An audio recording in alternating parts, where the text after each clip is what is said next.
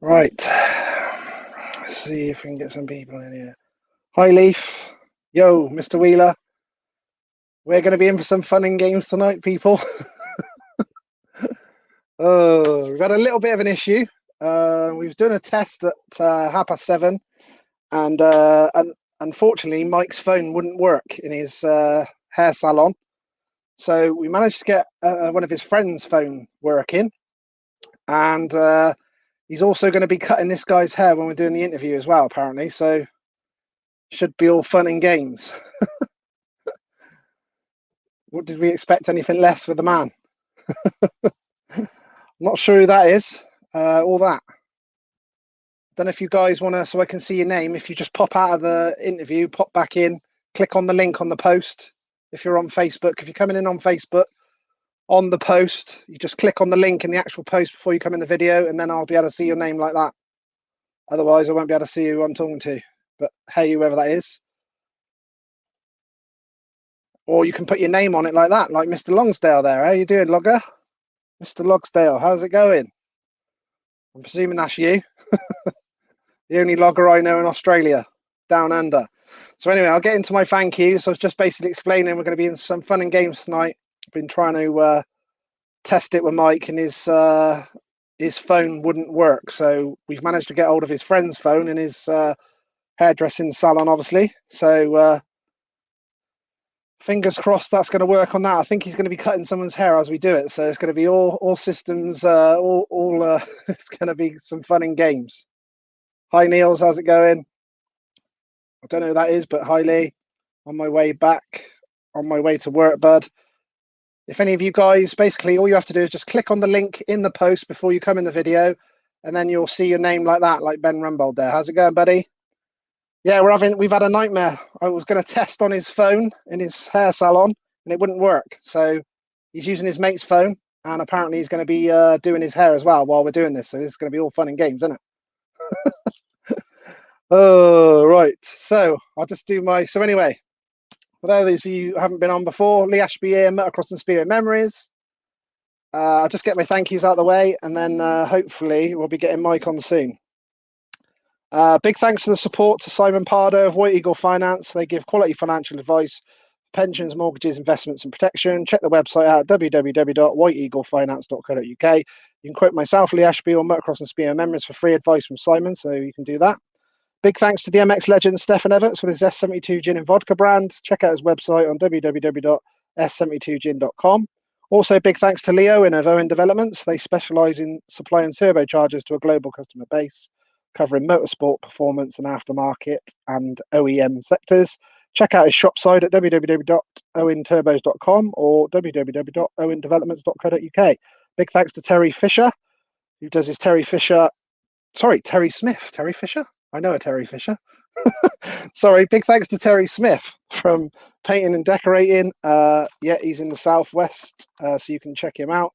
And big thanks to Craig Triplett of Jardine Conservatories. Check them guys out on www.jardineintalford.co.uk. Proud sponsors of American Speedway rider Mr. Luke Becker, who rides for Wolverhampton Wolves. There you go, Dean. Now I can see you. Look, there you go. So anyone that comes up like that, can't wait to hear from Mike again, whoever that is. Hi, Dean. How's it going? No, I did see your invite. Assert another rider for whom Mr. Healey has history. No idea what you mean, Ben. Yo, Mr. Howells. So anyone that's coming on there like that, so basically Facebook, whoever that is, you can just basically come out of here, click on in the post. There's a link. Click on there. It just gives you permission to use your name, and then I'll know who's talking. And it comes up like Dean there, look. So this should be all fun and games. So yeah, we tried to test with Mike's mobile phone because he's in his hair salon that he's got. That's it, cut it, Mr. Winslet. So I'm sure we're gonna have fun. But luckily, Mike used one of his customers, I think, his phone. So that worked when we test it. I'm not sure he's put in see you at Fox Hills, but I will be at Fox Hills on Saturday. So I hope to see a load of you there. Hope to see Mr. Everts at last as well. Would be cool. Heard he's doing a lap. So a lap of honour apparently. So that'd be really cool. But I hope to see him there anyway. Hopefully a full-on embrace of Mr. Everett. Yo, John, how's it going?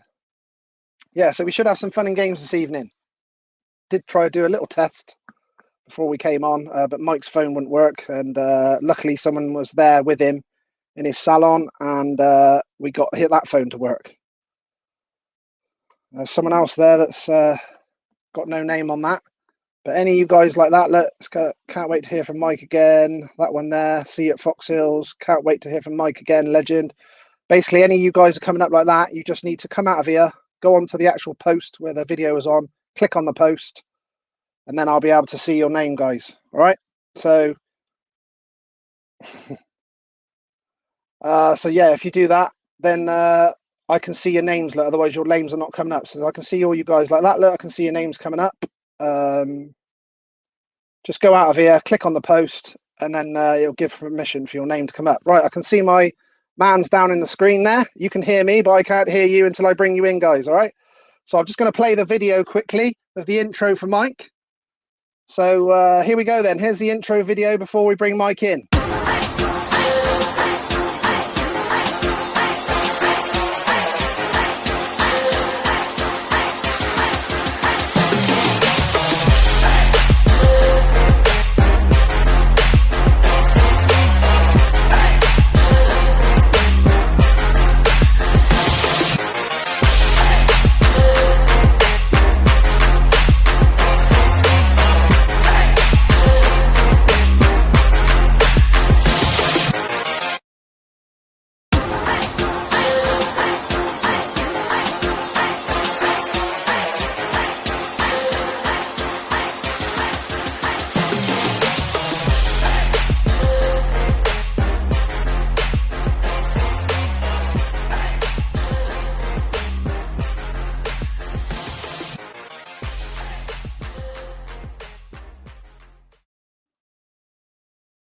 The man.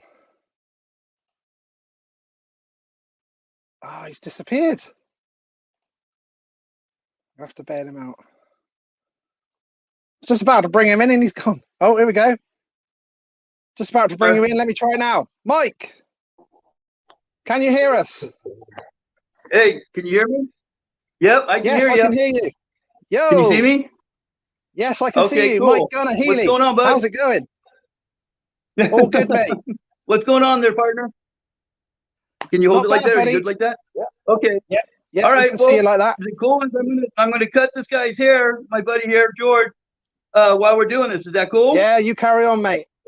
As long as you, okay, cool. As long as you can hear me, that's all good. There we go. Yeah, there we go. That's beautiful. Cool. Yeah, that's beautiful.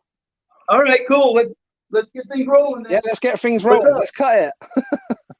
Yeah, what's going on? All good, mate. How are you? I really want to check at it every now and then, just make sure, because I'm all over the place as I'm doing this. So that's all right, no problem. We can hear you. Okay, cool. How's it going? So how you been? Not too bad. You? Just trying to get through everything, I guess. Obviously, we got the whole thing going on with the virus and all that crud, and now that that's over, now we're having a heat wave here. So same here. It's like 1.5 million degrees. Yeah. So, what's it like over there? It's very warm, very muggy over here in the UK. Yeah, kind of like here then.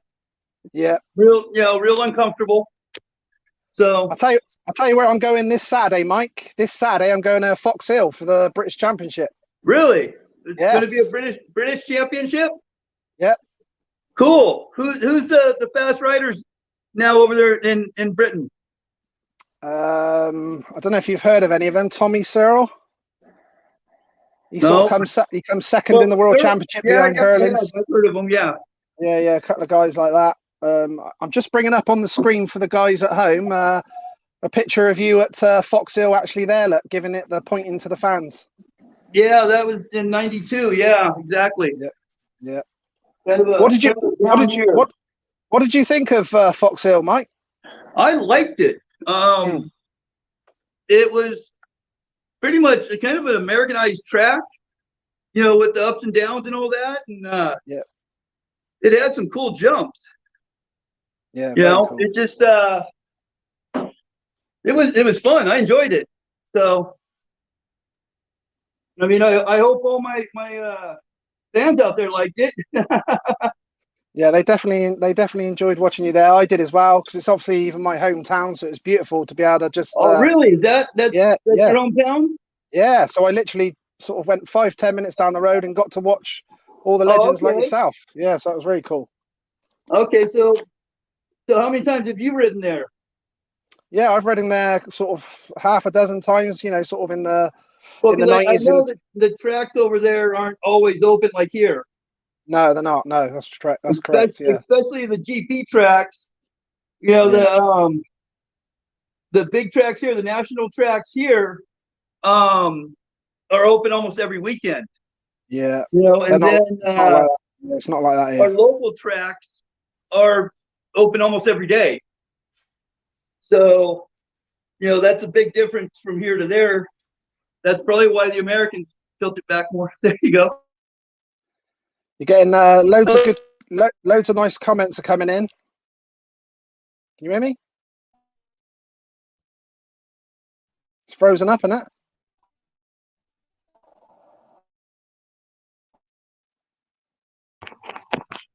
Can you hear me? Go ahead. I can hear you. What are you saying? All right. Yeah, Yeah, sweet. I can hear you.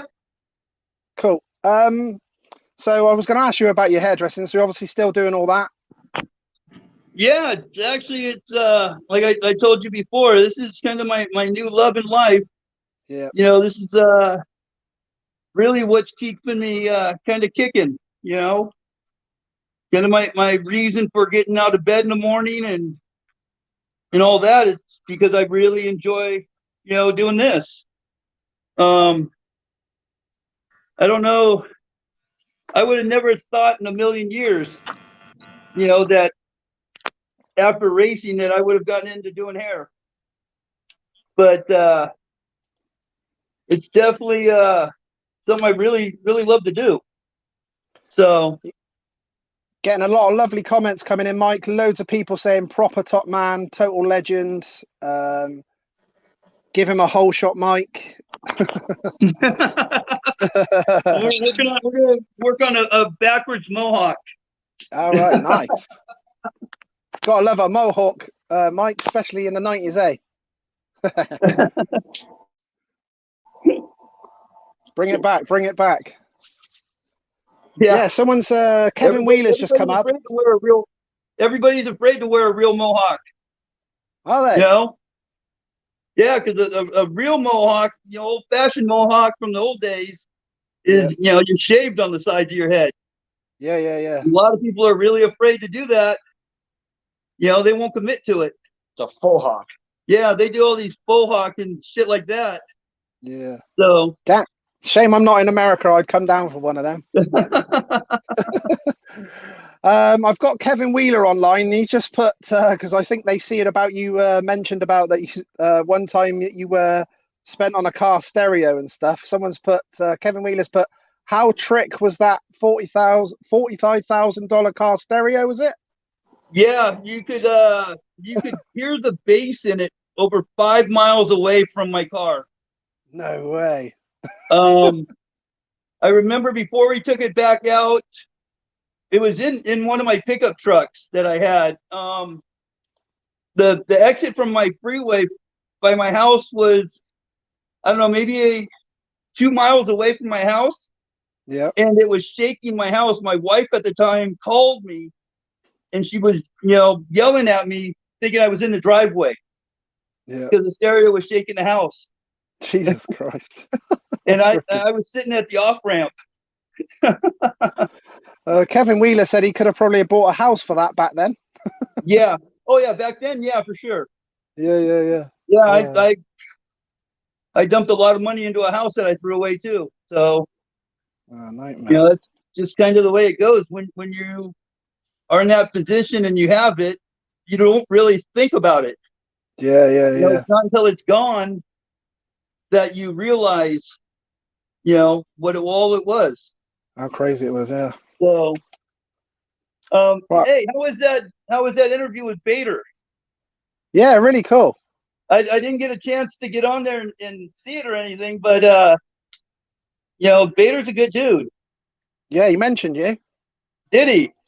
Yes, he mentioned you. I've got a picture of you together on here somewhere that I'm going to show everyone. Yeah, me and Vader, we battled a lot. We really did. All the way back when we were on minis. Ah, there it is. I got you on the KTM riding 99, just going down the outside of Vader there. Yeah, somebody posted that. That was at San Marino, I think. Yeah, San Marino GP.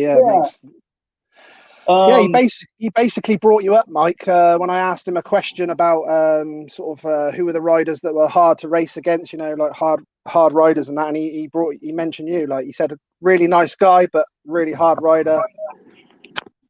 That's cool. That's actually a really good compliment from him. That means a lot to me. It's nice to hear from your compatriots, isn't it?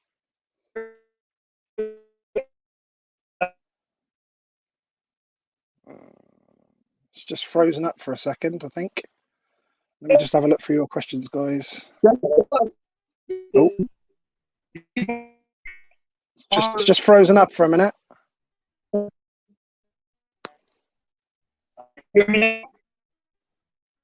No, can't hear you yet. I'm sure it'll sort itself out in a second. No, it's clicking in and out. Move it over this way maybe a little bit. See. Hey, Lee, can you hear me now? Yeah, I can hear you now. Yeah, okay. I can hear you now. Oh, it's gone. All right. So, can you hear me now? It's coming back on. Yeah, I can hear you now. All right. Yeah. Sweet. No, our router's right out that direction because my shop is at my house in the garage. Yeah, I knew about that. Hopefully, it'll sort itself out.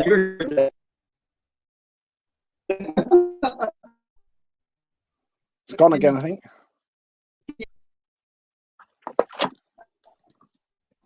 Hey, Lee. Yeah, Lee. I can hear you a little bit. It's going in and out. Hey, yes. Lee. No, it's gone again. No.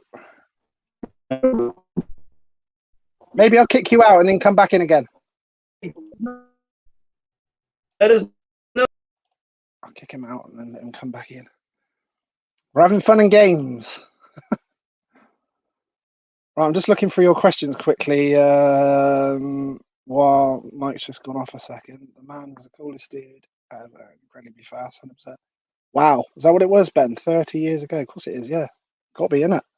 Right, let's try now. What we got? Can you see me, Lee? Can you hear me? Beautiful. Yeah. All right. Yeah, that was weird. I don't know if that's on your end or my end. Weird, that was weird. Yeah. But what I was saying, can you? Yeah. I'm like, there we go. Yeah, I can hear you. Hey, what I was saying about with Vader and stuff is he's like one of the guys that I raced with growing up, as an amateur. Mm-hmm. And there's a lot of them out there that I raced with for a long time that they don't even remember you today. You're not part of their life today, so they don't remember you. Like guys like Bobby Moore. He was one of my main competitors forever. And when you did your interview with him and stuff, I don't think I ever heard my name once. No. And I literally raced against that guy for 15 years, almost every weekend. Yeah. I mean, I stayed at his house. He stayed at my house. We were on the same teams together for a long time. I mean, we rode for Factory Honda together. I mean, we did a lot of stuff together. And not one time did he say my name. That's not cool. No, I didn't hear that. In the highest regards to the sport. He's one of the in my eyes, he was one of the guys that I tried to be like when I was younger, because he was, really kind of the professional, racer. He wasn't like me. He wasn't, the crazy out of control kid. Yeah. He was the guy that a lot of the teams wanted to have, with them, just because he was, all together in the head and stuff. Yeah. So. Because didn't he, Mike, when you first did Supercross, when you went pro, you won a few races, didn't you? And you were sort of looking like you was going to win the title, Yeah, and then I think you got injured, didn't you? And then he won it. Is that right? Well, see, I went directly into the pro class. When I first got my 125, our local track back then, Saddleback, had a class. It was like an expert class. It wasn't pro yet, but it wasn't amateur. And I went out to race it just to see where I sat. And I raced against Johnny O'Mara and Barnett and all those guys, like I said before. And I whooped them. So next thing I know, I'm pro. There's no question. I got to go. And so literally my first big race, was San Diego, the first race. And I didn't even qualify at the first Supercross. I crashed out and then the qualifier in the last chance because I was too excited. Then the next weekend I went to Anaheim and I actually crashed on the first lap and ended up winning it. I caught up from last to win it. So yeah, that was kind of the story, I got a chap online. I've just putting the picture up on the screen. I think he met you in UK, I think, because he showed you some tattoos and all that back then. He's just come up online now, and his name's James Collier. He's gone a lot further since. I don't know if you can see his profile picture. Yeah. He's got it on his face and everything. Yeah. Yeah, he's definitely got a few more than I do. Yeah, definitely. Yeah, I don't think I could do the face. I don't think I have the strength, the inner strength to do my face. Yeah. Yeah. It takes a special person to do that. It really does. They have to have a lot of self-confidence and basically already have their career set and all that, because not a lot of people understand somebody that will go that far with their tattoos. Yeah, I mean, it's 100%. A lot different in Europe than it is here in America with tattoos. It's definitely a lot more understood there than it is here. The people that have face tattoos here are kind of frowned upon. Yeah. Still, I mean, it's really sad. Yeah, a bit cliche. Yeah. As many years into having tattoos as it is, that people would think that way, but it's kind of the way it is. I'm showing the guys at home some pictures of you back in the day with some colourful haircuts and cool bandanas and stuff like that. Wonder if it's the machine that does it. There we go. Yeah, that was the long hair back in the day. Did you like the whole, obviously the press portrayed you doing the bad boy thing? Wait, can you, what were you saying, Lee? It got really weird sounding. I can still hear you. Can you hear me? I can't. I'm having trouble understanding you, Lee. Okay.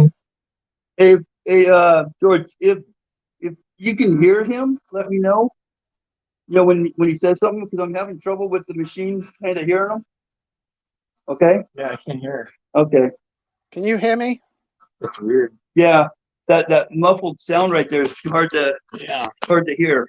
So that's why I was saying, if you hear something, just try to keep an eye on it or whatever. So. Can you hear me now when I talk? Can you hear me talk now? Oh, there we go. Okay. Can you hear me now, Lee?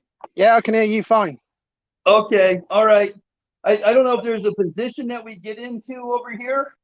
That seems to be fine. That's fine. That one is in. Okay. Well, then we'll just cut one side of his head then. But obviously, when the press and obviously we're sort of into the bad boy image and all that, did you actually enjoy having that bad boy image as well? Yeah. It's kind of, I brought it on myself, I guess. I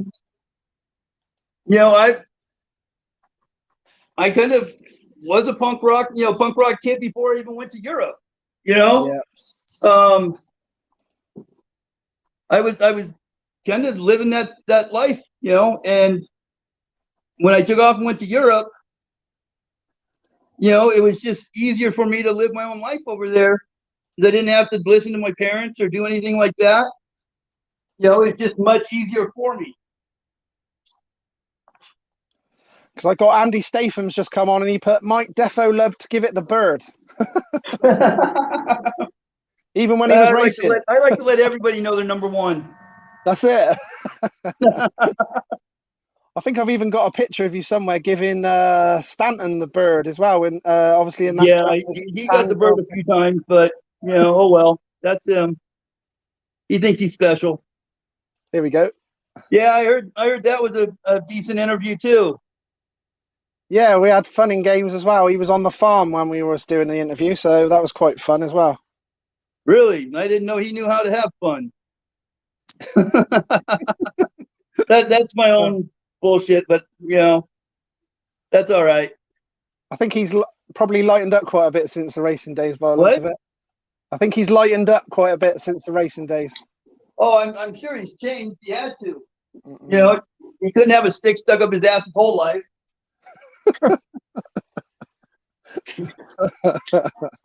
Sorry. Oh, that's brilliant. That's the way I feel. You know? Yeah, that's cool. This is cool. This is about you, so you can say what you like. What was that? I said this is about you, this interview, so you can say what you like. It's not a problem. Who are you? I knocked the guy for his capability of being a rider. Yeah. The guy was an amazing champion. He was. He won a lot of races, and I mean, he came from nothing. I remember when he was riding on privateer Yamahas over here and winning the 500 class, you know, on a privateer bike, and you know, nobody even knew who he was. Yeah. And then all of a sudden, you know, he got that factory Honda ride, and there was no stopping him. So, like I said, I'm not knocking his capability to be a racer. You know, he's an amazing racer. I just don't like him as a person. Quite serious guy back then, obviously. Yeah, just way too serious for my liking.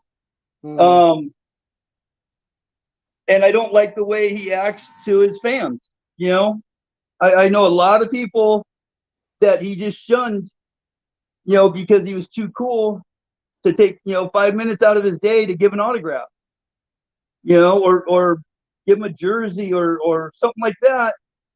You know, the fans are what, you know, made our life. That's why we race, is, you know, for the fans. If it wasn't for the fans, we would have never got paid. No. You know, I couldn't have had the fun life I had if it wasn't for the people that I was racing for.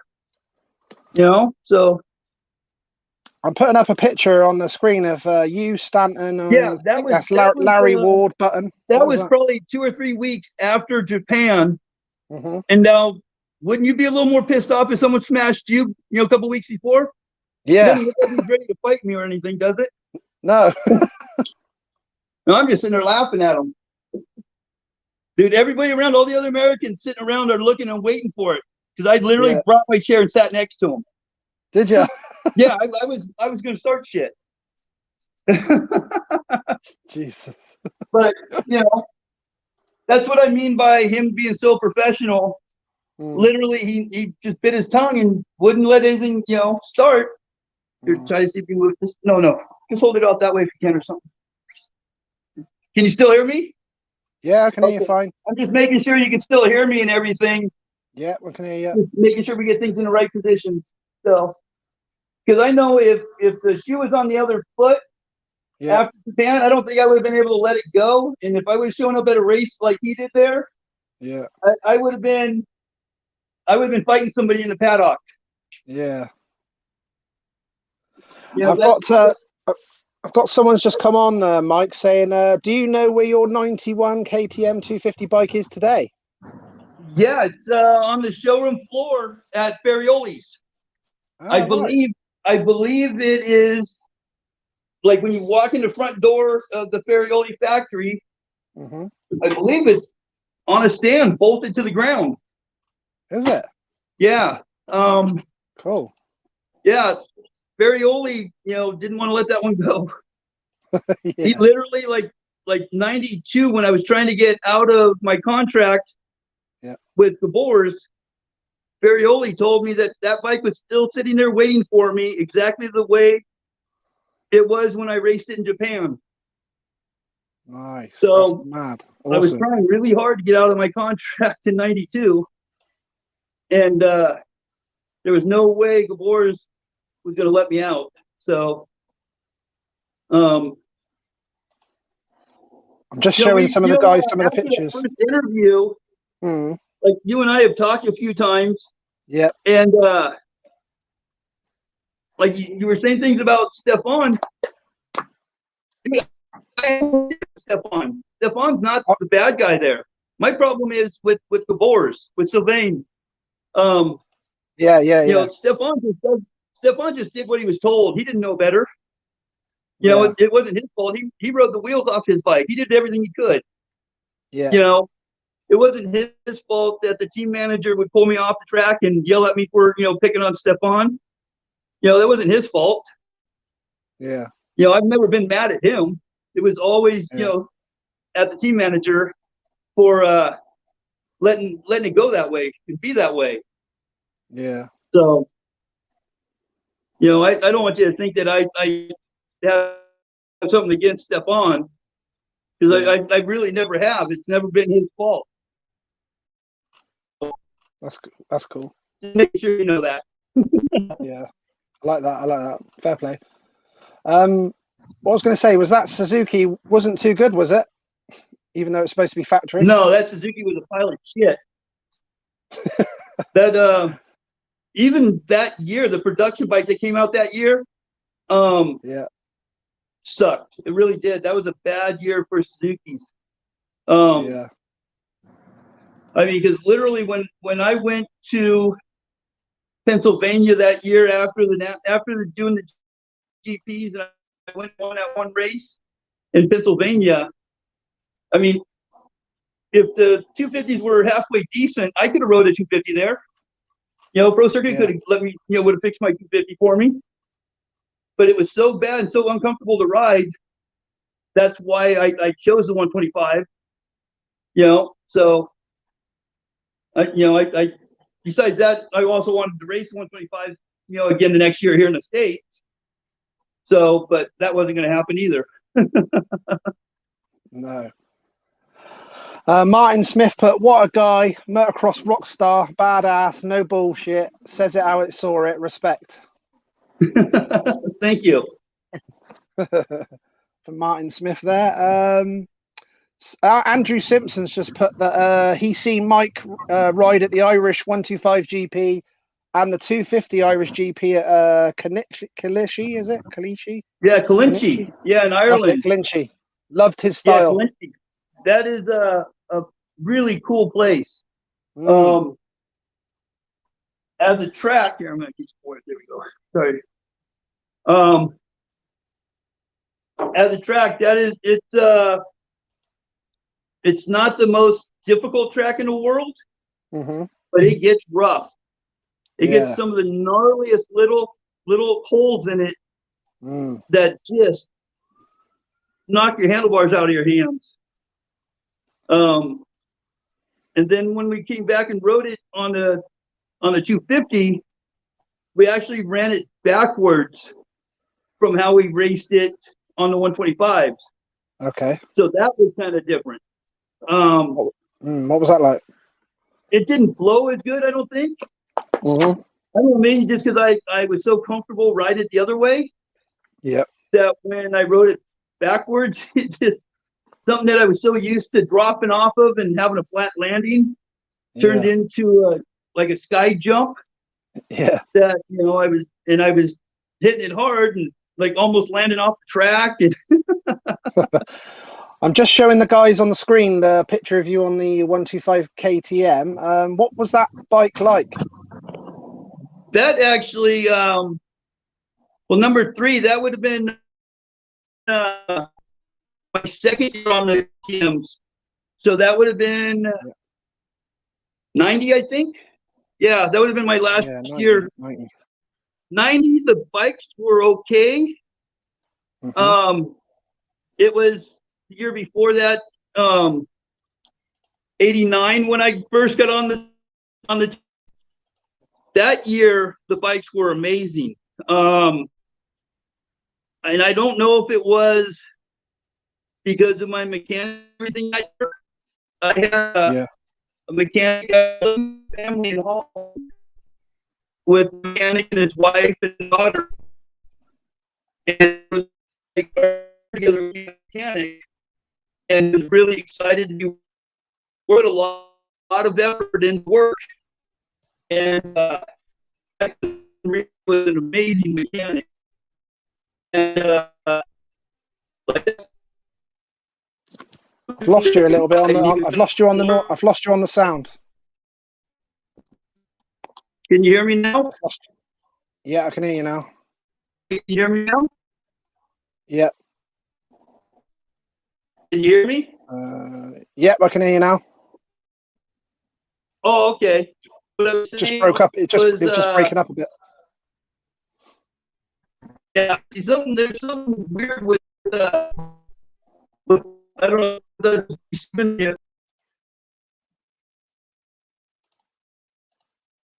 Oh, we just lost Mike there for a minute, but I was just showing you Mike there on the 125 KTM.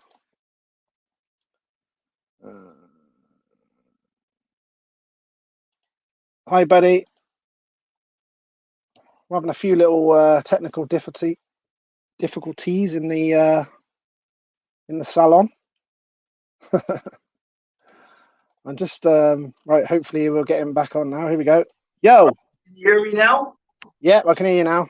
Okay. Yeah, there's something weird going on with this. You should have just FaceTime me or something like on Facebook or something. That would have been a lot easier.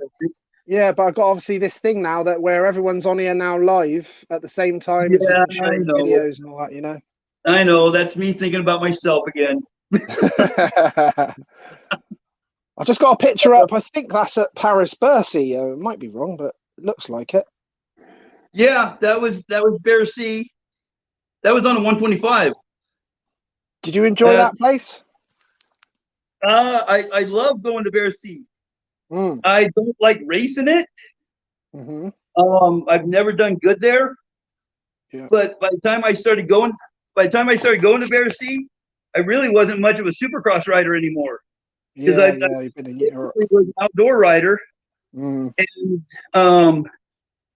the riders that were there at Bercy, except for the Euro guys, were all supercross riders.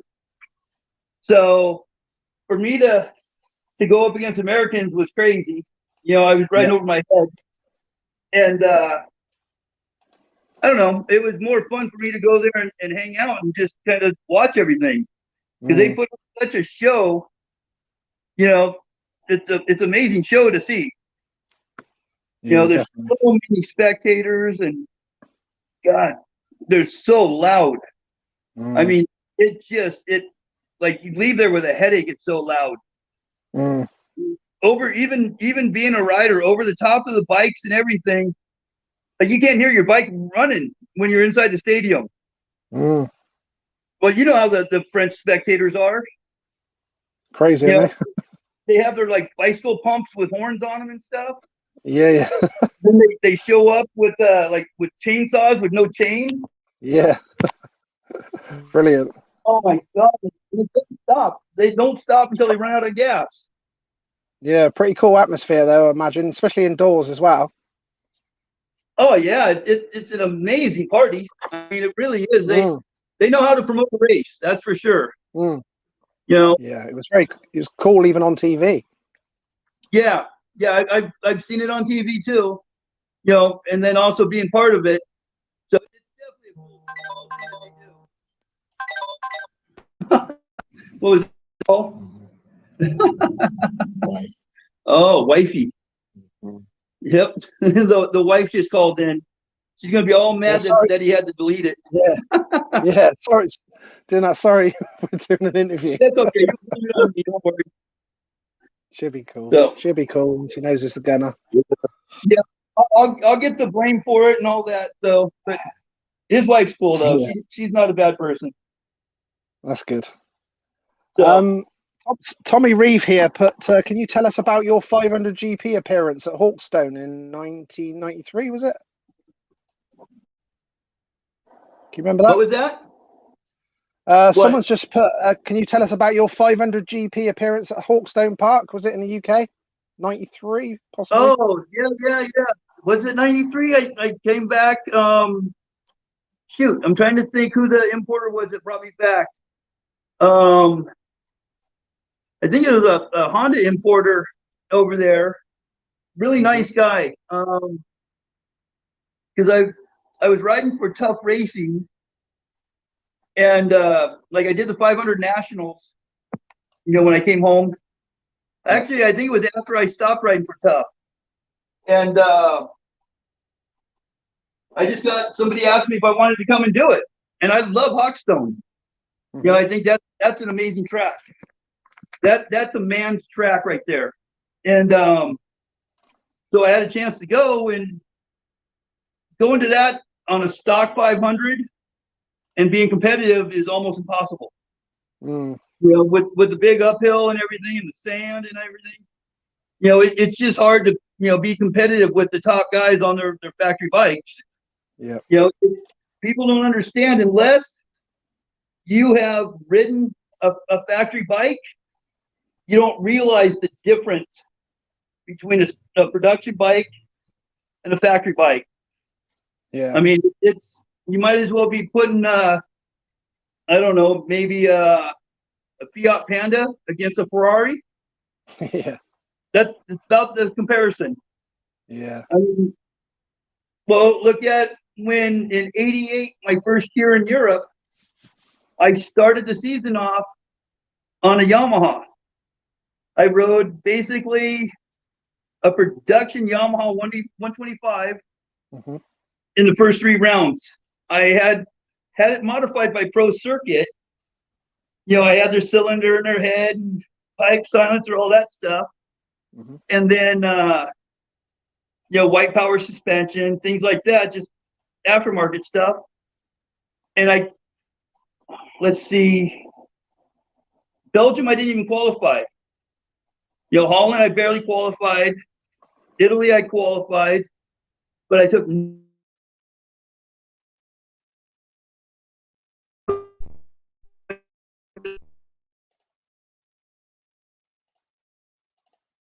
Lost him there, but I found, that's what I was busily looking for. I found the picture. I knew I had it somewhere. I just found the picture there of Mike there at Hawkstone on that production Honda. He said that it was a million miles away from some of the factory bikes he'd had, so it was a bit of a struggle on that. But thanks for that. I think a few of you have said it's Ron Humphries, so when he comes back on, I'll Yo, Can you hear us now? yeah. I found a picture as well of you on the gate at Hawkstone, I think. Oh, can you hear me? Yep. Yeah, I think I got a picture. When you're riding a production bike, basically It's gone. No, it's gone. That's the one, isn't it, boys? Mike's quality, love you. Always remember him in the interview once saying he was that you just hope that even oh that you stop racing, they just cool. People say, hey, that was Mike Healey. Yeah, I remember that, Scott Joyner. Yeah, and I don't know what this is going on. Yo, is it working now? Yeah, I can see you now. Hear you. Sweet. Yeah, I was just saying that I basically found the picture on you on the gate at Hawkstone, so I was just showing the guys it. Yeah, running the 111. Yeah, basically the only thing on that bike is, I think, a pipe and we couldn't even put a silencer on it because of the sound laws over there. Yeah. Compared to here, like we don't have to be noise checked here and stuff.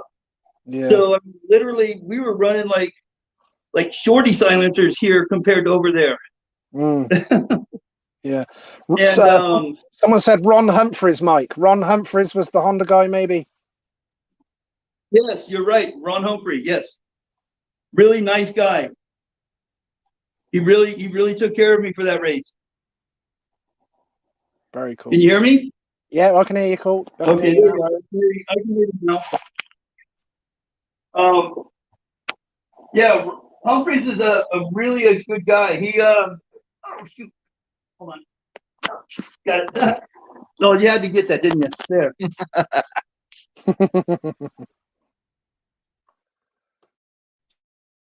Who would you say was your big, who would you say who would you say were the biggest influences in your career, Mike?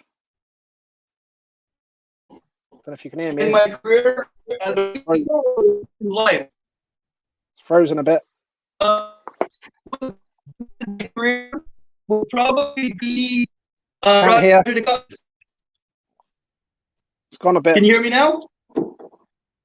Hey, can you hear me? Let me get back over to the corner to speak.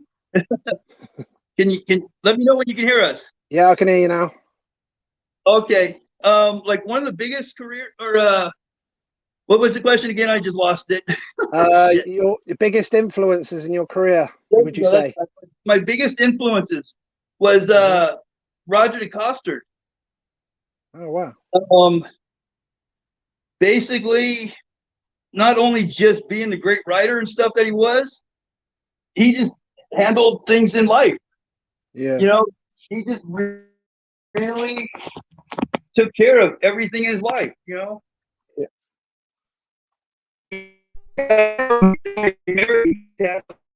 I think we lost you. We've lost you. Can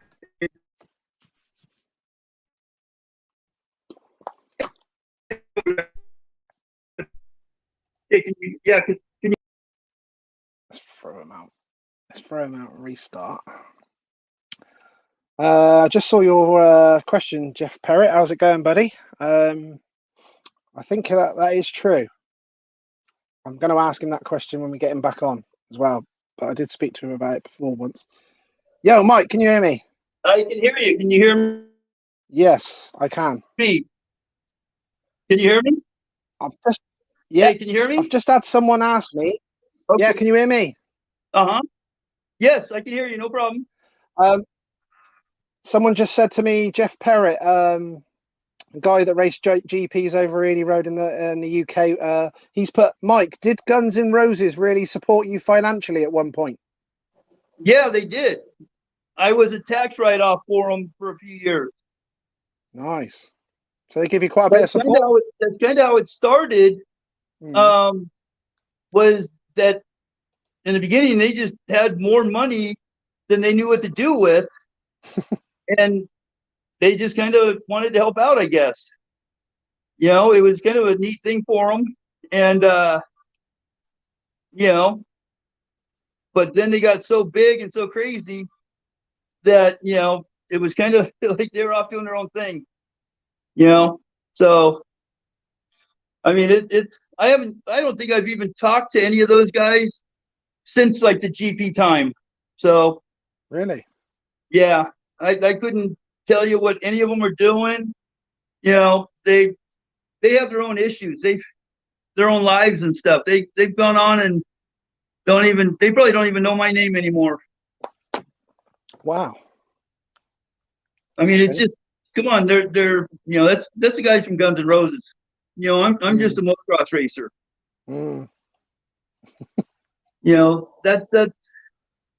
That's like if trying to say that if somebody dated, say, like Julia Roberts or something in high school, would she remember that guy today? I don't. He does. What? He does. The guy that would have done it great. Yeah. I mean, I would probably wish that she knew me too, but it's not real practical, No. They lived on a whole different level than I even lived on. Yeah. I've got Ben Rumbold from Motocross Words. He's put 1988 125s. The first 3 GPs you scored no points at all, but still got back to third in the World Championship. Is that right? No. I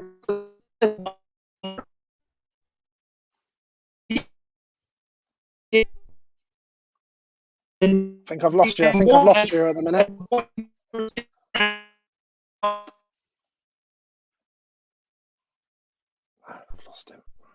In 88. Right, lost him. Not good noise coming out of that bit there. We all remember his name. We sure do. 100%, mate. Can you hear me now? Yeah, I can hear you. Everyone's put on there. We all know who you are and we remember you. That's for sure. Well, 88, I went from last Yeah. to fifth. Now in 91, I didn't take any points in the first 6 motos, the first 3 rounds again, and I made it all the way up to second. Yeah, So he's redone it. Look, yeah. Slowed down and relaxed a little bit and just finished the first couple motos and get some points. It would have been a lot easier year. Yeah. That was pretty much the same thing, wasn't it, Mike? When you come close to winning the world title in '91, you didn't really score, did you? The first GP and a couple of others. The first 6 motos, I didn't take any points. I didn't take any points until I got to Austria. It's mental, isn't it? Yeah. What it was is I was having trouble with the white power suspension on that 250 that year. Yeah. So before we went to Austria, we put a pair of Morizaki forks on there just to try them. Yeah. And I put Moline shock on there because they were in the same town I lived in Hasselt. Yeah. And it was night and day difference. So okay. It literally went from not being able to hold on to the handlebars, yeah, to being a top contender. Yeah. How good was that bike, Mike, that year? You had a good relationship with the mechanic Graham as well, didn't you? Yeah. That bike was amazing that year. That was probably one of the best bikes that I've ever ridden. Graham did a lot of stuff to that bike. Like the year before that, he was working with Brock Glover. Like Brock Glover came over to Europe, for KTM, I guess, to design that bike. And when I got on that bike, my first time riding with Graham and stuff, I got on that bike and I did maybe a lap and a half, 2 laps. I pulled off and told Graham he can throw that thing in a fucking pile of trash. Brock Glover, he made the worst bike I've ever ridden in my life. Was it? He basically made a hair coming out your ears. Whoa. He basically made a backwards Yamaha out of that thing. Wow. And I had to completely redesign a whole bike. Me and Graham started, I think, in November the year before with starting to rebuild that bike. Yep. And when we were done, it was a completely different bike than what we started with.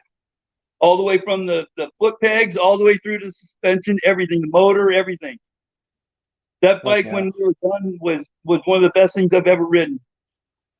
So, I mean, Graham's not just a mechanic. He's a guy that literally is a mechanic that has like an engineering degree. Yeah.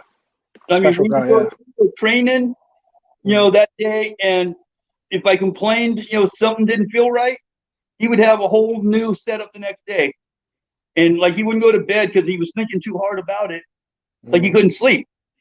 So it was almost like I made a pact with him that as long as he keeps working that hard like that, I'm going to train that hard. I'm going to, make it for him. So that's kind of why that year, like, you never saw me give up. I raced through everything, and it was just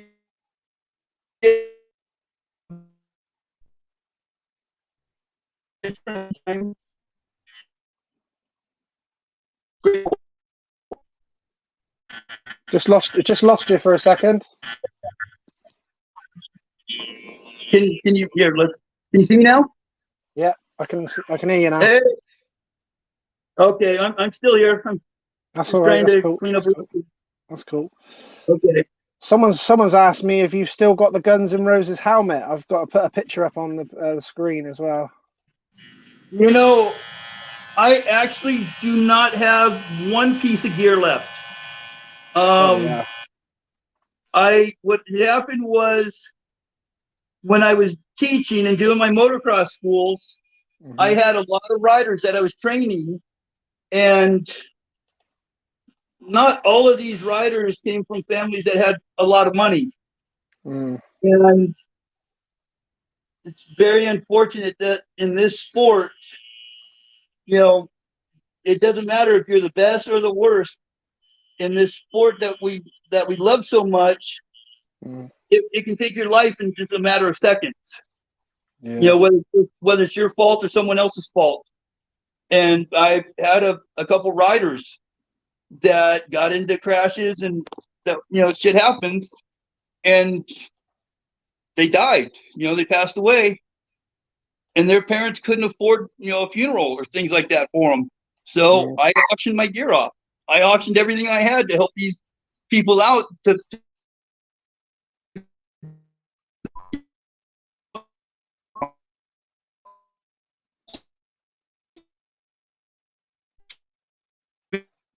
Just lost you.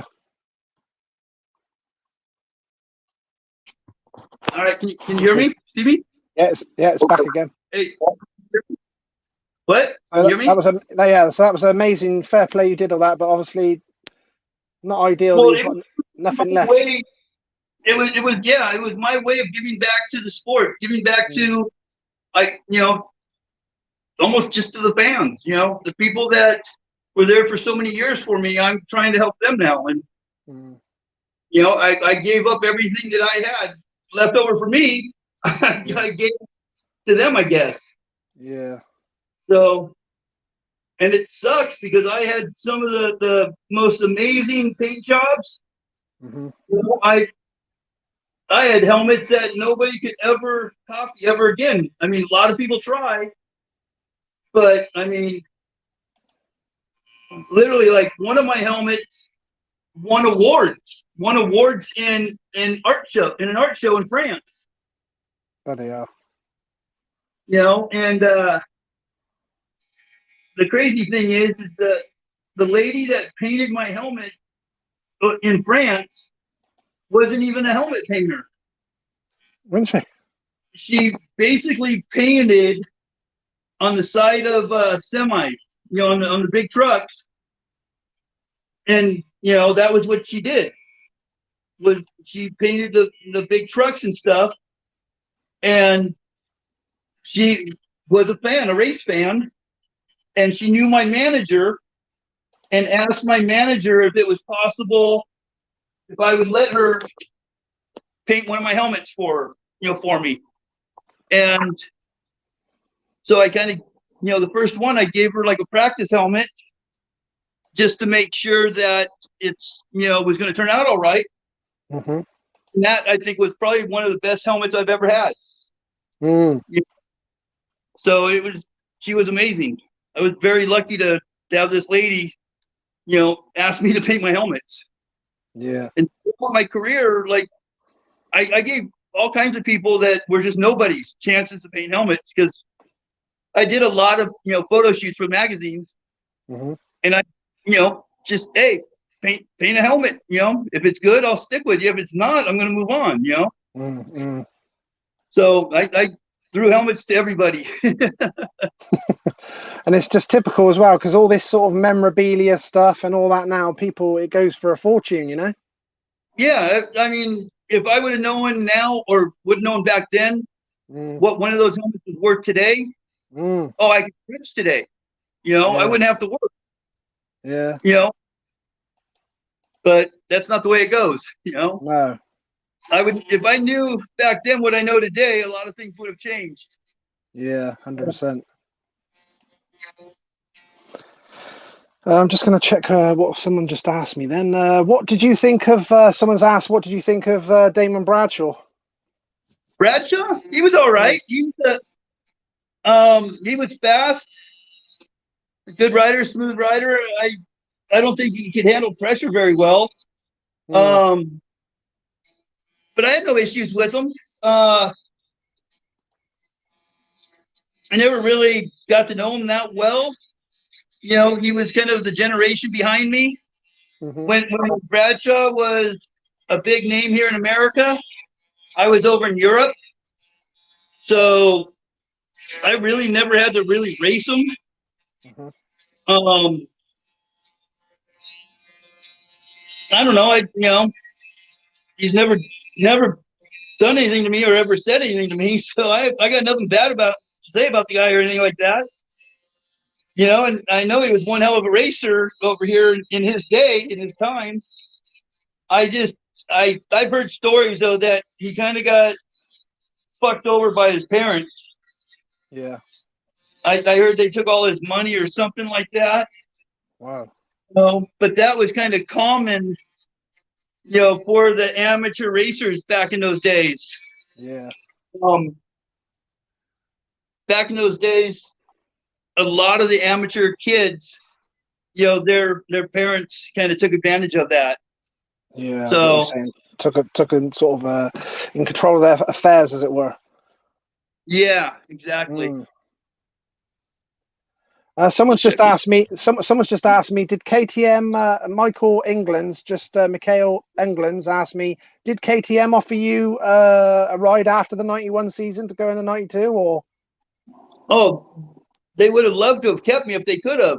That was Yeah. when KTM was kind of going under. KTM Austria was almost going to close their doors, and that's when Ferrioli stepped in and gave him some money and stuff and helped him out. Because a lot of my contract in '91 was through Ferrioli, because KTM, they were having trouble. I think they invested most of their money, I think, into the mountain bikes or something that year, and it didn't fold out for them, So, if I could have stayed with KTM instead of going on to Suzuki, I would have been there for sure. Because I did not have a falling out with Ferrioli or with KTM or anything like that. Yeah. I was happy as a pig in mud, racing for KTM. Yeah. What was the when you went to Suzuki? Did they offer a really good deal to go to the factory Suzuki? Was it a very good deal then? Oh yeah, dude, I was like a little kid with an ice cream cone. I mean, it was crazy. It's like a fat kid with a candy bar. They offered me the world and some. And I signed my contract and everything, and I went home for the winter. I came back. Well, I flew over to Japan and did the testing, and that's kind of when I first saw the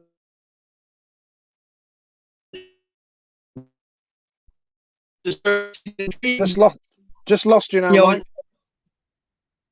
All right, I'm still here. Let me know when you can hear me. Yeah, I can hear you. Okay. Yeah, in January, when I came back to Europe, that's when the whole ordeal went south. I was supposed to have the same mechanic that I had the Graham Kent from, the year before. Yeah. I was supposed to stay in the same apartment, everything was supposed to be the same. Yeah. Not one fucking thing stayed the same. Wow. I don't even think the boys even called Graham. He basically told Graham to go fuck off, I guess. Because I came back and literally called Graham as soon, I got back, and like there was an eviction notice on my apartment. All this shit was going on. I was like, what the hell? This all supposed to be taken care of and stuff. And Graham, dude, I'm not on the team. I have nothing to do with this year. So, and literally, and that's when I went over, to the team manager, Wars. I'm like, dude, what's going on? He goes, oh no, we got your new mechanic. And it was that fucking tire changer guy, Yarmo. And what kind of name is Yarmo? Like, fucking hell. The guy couldn't even change a tire right. Elmo.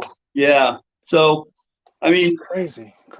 Yeah, I mean, the first time we went to a race, we went to Beaucaire down in France, training, and I couldn't even go off the starting line without having to check every nut and bolt on that bike before I left. I mean, the guy couldn't even tighten the handlebars tight enough to where literally sitting on the bike, I could push the bars down to the tank.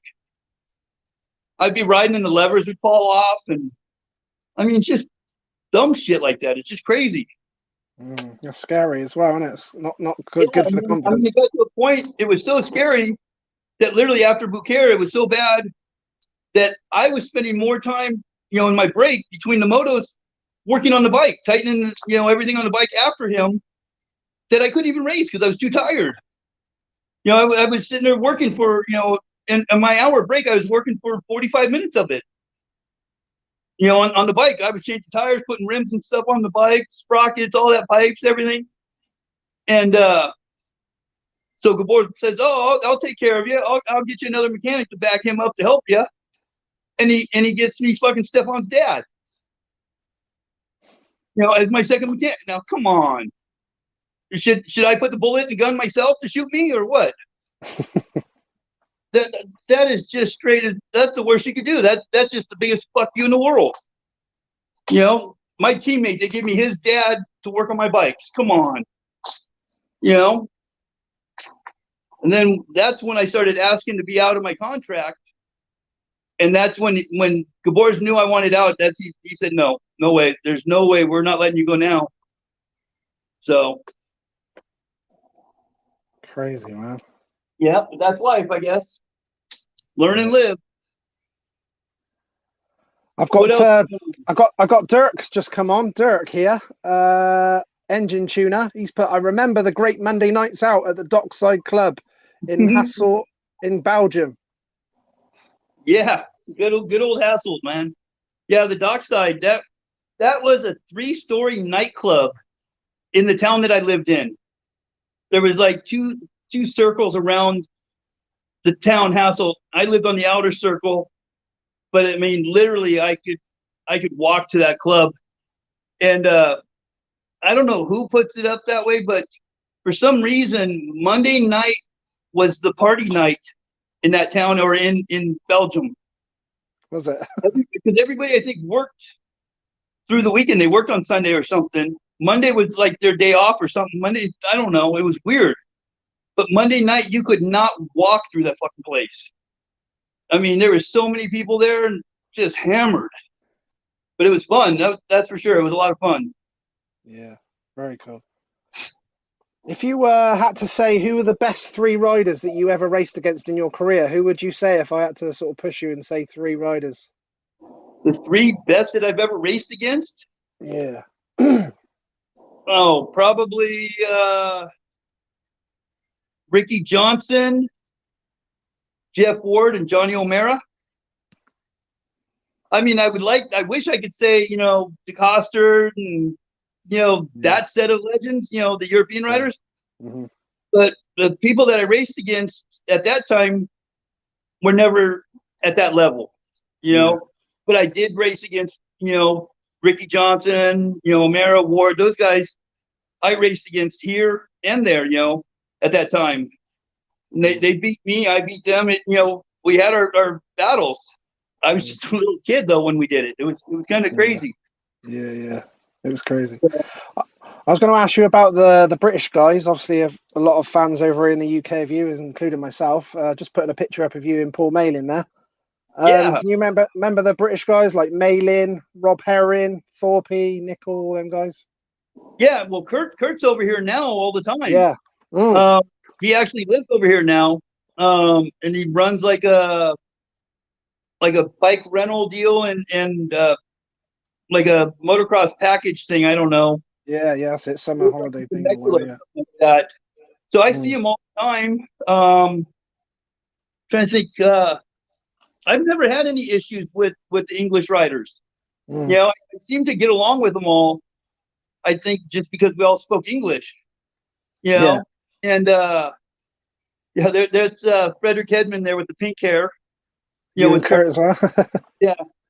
And yeah, exactly. That was that international race right before the season started, that last year before I got hurt. But yeah, I never had any problems with like the English guys. I got along really well with all the Irish riders and stuff. I don't know if it was, you know, we just easy people to hang out with. I don't know. Like I never had any problems with them. I know, like Ireland, they brought me in like I was part of the family. Did they? You know, Philip Neal and his family just like took me under their wing like I was part of their family. So, you know, I never had any issues with everybody. I know Rob Herring, he was fast. He was real fast. He just Yeah. didn't have any endurance. Yeah. He would hole shot, man. He could get off the gate, and if you couldn't catch him in the first 3 or 4 laps, if you couldn't get it done, then you had to wait about the 35-minute mark. Yeah. Because something would happen. You know, if he started getting tired, it was the funniest thing in the world. Like there's a video from '91 from the race in Belgium, and there's a video out, and I've seen it a million times. I've even seen it on the internet, where the first moto, Herring hole shots it. He's walking away, and about halfway through the race, the commentator goes, "Oh, something's wrong with Herring. The sticker on his radiator shroud is coming off." And I'm thinking, the sticker on his radiator shroud is coming off. And then next up around, he goes, "That's got to be the thing, because now his goggles are off." And I'm thinking, first the sticker, now his goggles, and then like 2 laps later, he pulls off. And I'm like, wait a minute, how does a sticker make you pull off the track?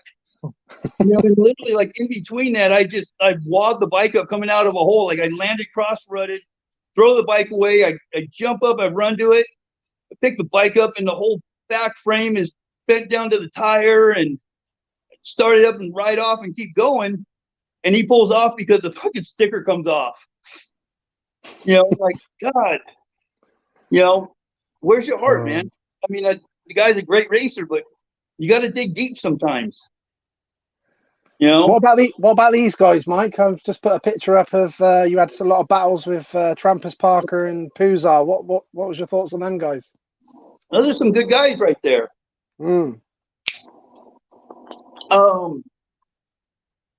Honestly, I wish I would have known Parker before we went over to Europe. I'd never even heard a word of him before going over there.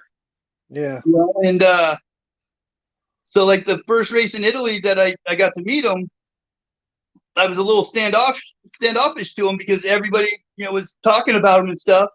Yeah. And I never heard of him. And he whooped my ass so bad that first race that, you know, I kind of was a dick to him. And he's always been a nice guy to me.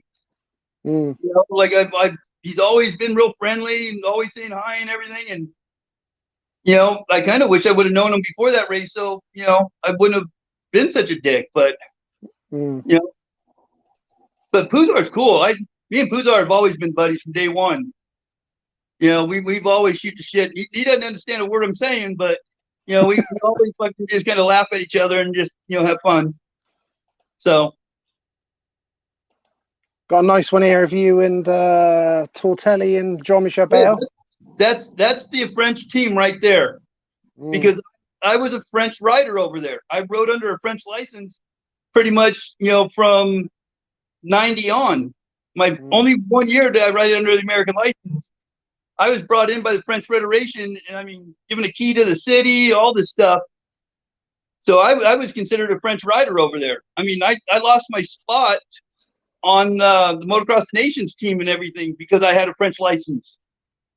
So I mean, that was basically the French team right there.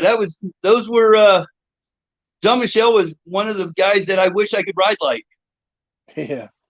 You know, that guy is absolutely amazing on a bike.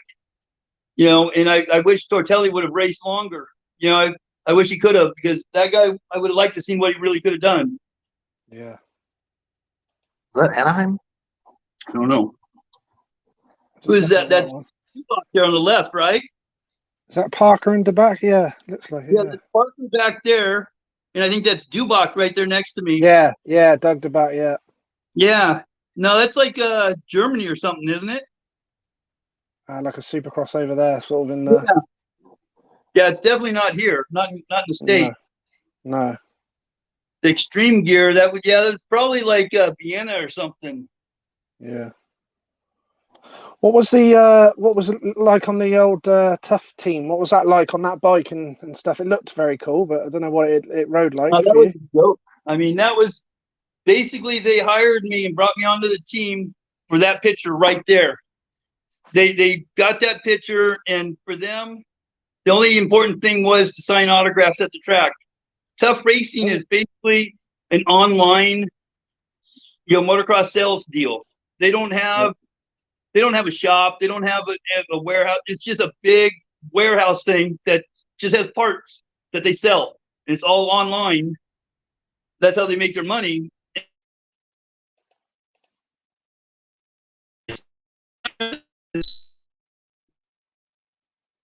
Just lost you for a second. Hear me now? Yeah, I can hear you now. Yeah. Okay. Well, the year before I signed, Ronnie Tishner was on that team, and it was basically the pro team. The all pro circuit, everything was done that way. I get on the team, and pro circuit wasn't allowed to be part of the program no more. And we had an FMF pipe, and some guy back there was building the motors. It was the worst thing you've ever seen. I mean, literally, that bike. I don't think I ever made it to the starting gate for race time. The bike would seize on the stand, and the mechanic really pissed off everybody out the track so bad that they could front as a piston or a ring or anything to fix it. So I never even raced it, really. I just rode it in practice. Crazy. It was a joke. So that was the year that they split the 250s and 500s up. They did, the 250s did 6 races, and then the 500s did the last 6. So when it came to that point, I gave the bikes back to Tough, and I went and bought 500s. I literally took my money and I went to a shop in Washington and made a deal with them where if they gave me one, I would buy one. And I got a CR 500 from Brothers Racing in Washington, and we put it in the truck with Lance Smale and paid him like $100 a week to drive my bike to the races. And I would fly in on Friday, clean the bike, set it up for race day, and race, wash it off afterwards, and spray it down with WD-40 and put it in the van and not see it until the next week. Wow. Give Lance $100, and I was top privateer that year. I think There's it was fourth overall. Fourth overall. Was it fourth overall? Yeah. Yeah, I think fourth overall that year. There's a famous race that everyone likes to talk about was when you went back to America that year at the end of the year to ride that 125 National on a practice bike, wasn't it? And I think you did a bit of cross country driving and all that. Yeah, Don't know if you can see that. Actually, that's rode back into the van afterwards. Yeah. That's the minivan we drove there in. It was like a Ford Aerostar minivan that me and my buddy that was mechanicing for me, literally the van was so small that the bike didn't even fit in the right way. We had to put the bike in backwards, and the rear fender and the tire and everything sat between the two of us. Wow. It was crazy. Like literally we had that bike, we had 10 gallons of gas, my gear bag, a toolbox, some extra parts. I had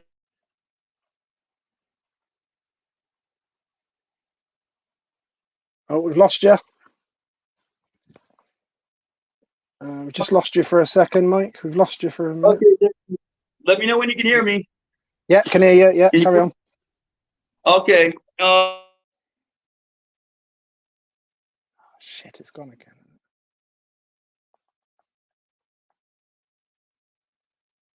Right, it's gone.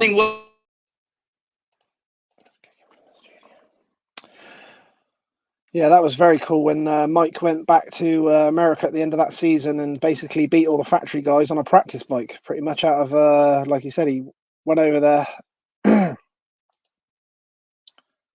Hopefully you're going to get him back there. Here he is. Wow. Yep. I don't know what's going on. That's crazy because it just vanishes. But like I was saying, the crazy thing about that Aerostar was it had a governor in the motor, and it would shut off at 67 miles an hour. Let me mind you, the speed limit here is 65. Yeah. So 67, the thing started shutting down. So it literally was like the longest drive in the world to get there. I mean, we couldn't even pass like the big trucks going down the road. Like we get next to them, and the car would shut off. Yeah. I There just you go. got There's a the line. thing up. There's a Yeah, line see it of there. Look, riders you whooped everyone, didn't Yeah. you? All the factory guys on that practice bike. Ryan Hughes, Dubach. Yeah, that's a pretty good load of riders there in that race. Yeah, very cool. Yeah, That's amazing, wasn't it? Yeah, that was cool. What year is that? That was 92. That was Steel City. That's when I had all that trouble with Gabors and everything when I came home. Yeah, I won the second moto, went wire to wire. When I get the first motos, I think I took third or something like that the first moto. And that moto there, somehow, I think I was like second or something, second or third coming out of the first turn. But literally by the time I was in the second or third turn, I was in the lead. You know, and that's something I think I'd learned from Europe, you know, how to pass real quick right away, you know, because it's such a long race, you can pace yourself then. Yeah. You know, or if it was raining, you get out in front quick and, you know, kept your goggles clean. Exactly that. Did you like the 125? Obviously, you excelled on it then when you even went back and you'd had a whole season on a 250. You know, I'm a big guy, but for some reason, I love the 125s. I've always done good on them, and I think it's just because they're smaller, lighter bikes, and I can just, you know, ride the piss out of them. You know, I literally can manhandle the bike. I can throw it around. You know, where like a 250, I can ride it to its full, you know, potential, but you still have to be on your toes. Yeah. You know, 125, you don't have to think. I can just wing the fuck out of it and go. So for some reason, it just seems that way. I just have a lot more fun on the 125 for some reason. What was that Kajiva like? Well, that one there, that was like, God, that was like 87 or something when I first got them. Yeah. And the bikes here that I was racing, we had no parts. Literally, like 3 bikes came to California total that they had to sell. One of them came to me to race, and literally, like my practice bike, one of the dealerships gave it to me, let me ride it for a couple, you know, months out of the year, and I had to give it back to the dealership because they were selling it. But literally, like that year, we had no parts.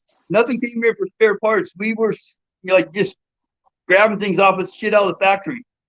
And like I know the bike that I rode here through the Golden State, the side plates and the rear fenders, they were fiberglass.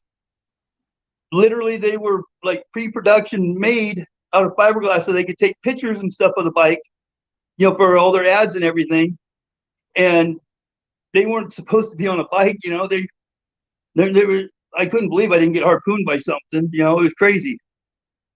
I mean, that's just how low budget it was here for Kajiva. You know, they did everything they could for me and stuff, and the bikes were cool. When I got to Europe and got to ride a works bike, that thing was amazing. I mean, that was one of the best bikes I've ever ridden. So, but you know, it still, you know, it doesn't compare to that KTM though. No. What? Who were your sort of closest friends around the pits and the paddock over those racing years? Did you have guys that you were closer to than others and that type of thing? I think like my go-to buddy at all times over there was always Bobby. Bob, you know, Bob. I knew him so well from here. You know, I just, that was my buddy for so many years. You know, if Vader was around and stuff, I would hang out with him. But you know, I always hung out with my fans. You know, I really didn't have many racer friends. My friends were the guys that were in the beer tent, you know, having fun. You know, not the guys sitting at the truck drinking, you know, some sports drink, you know, a knucklehead. Yeah. You know? I got a picture of you there. That's when you had, I remember you having a big off, didn't you? And it was a massive jump there. That's when I stitched up my own lip. Jesus Christ. Yeah, I crashed. Did it yourself?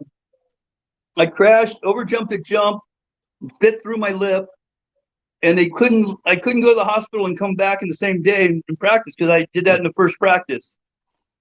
And I still had to practice and qualify and everything. So one of the teams, I think it was the Italian team, had their trainer there. And he walked by and saw me, and I was in my caravan. I was in the mirror pulling my lip out, and I had a Q-tip with peroxide on it, and I was cleaning all the dirt out of it. And I mean, I had tears coming out of my eyes because of peroxide in a brand new cut. You know, I'm just dying. And he's laughing at me, and he comes back and he hands me what looked like a fishing hook in some thread, you know, something to wire it up with. And then he even left me a staple gun, you know, for putting, you know, staples in. So I ended up putting in got something like 15 stitches in my lip.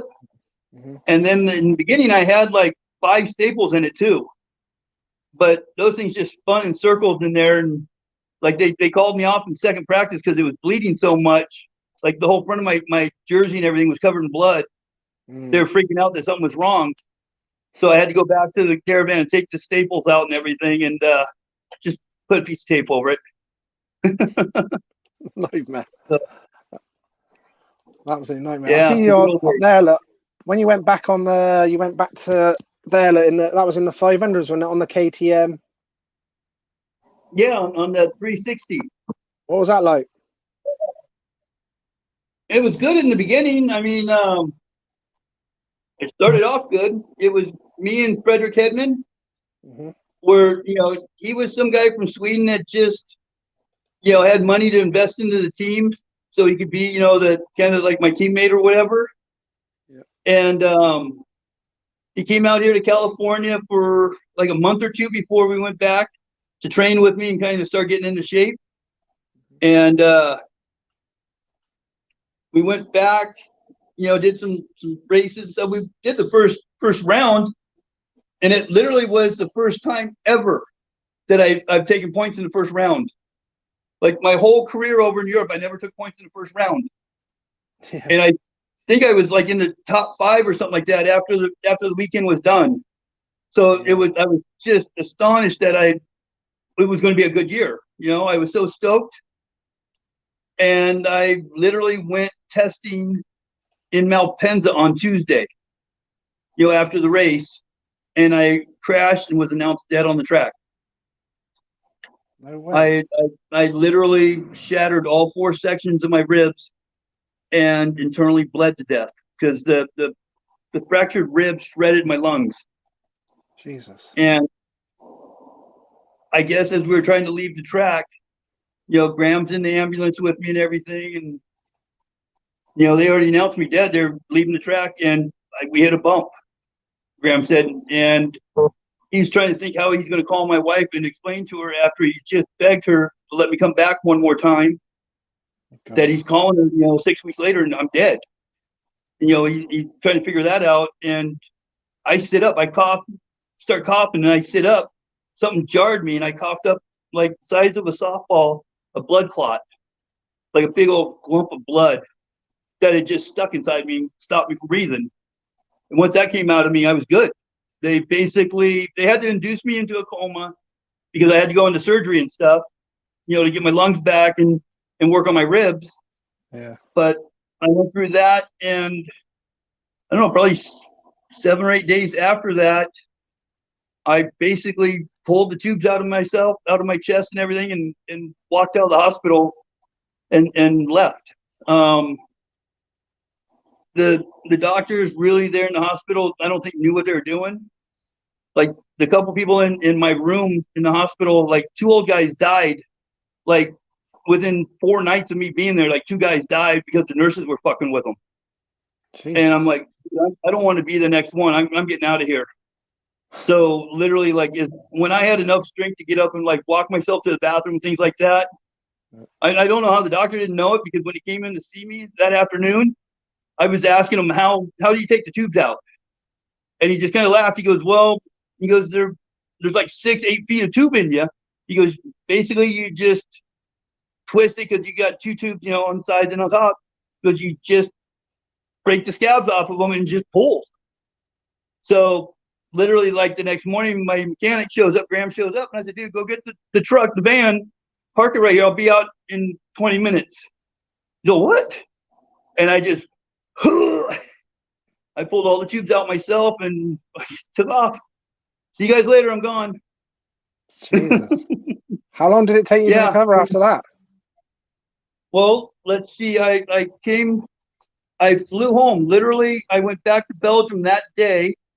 The day after I was on an airplane flight to come back home, which was probably the dumbest thing I could have done, because my lung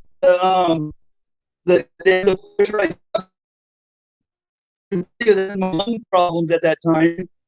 My lungs could heartbeat. You still see me? Just there we go. Yep, we're there. Yeah. Can you hear me? Yeah, I can hear you. Okay. Yeah, I didn't even think about losing my lungs, to the cabin pressure and all that. And literally, like, when I got back to Belgium, I called my wife, told her everything that happened, stuff. She was freaking out, because there's been a few days that she hadn't heard anything from me. And when I got home, like when I landed in like New York or whatever, I told her, hey, call my doctor, because I had my own specialist and stuff.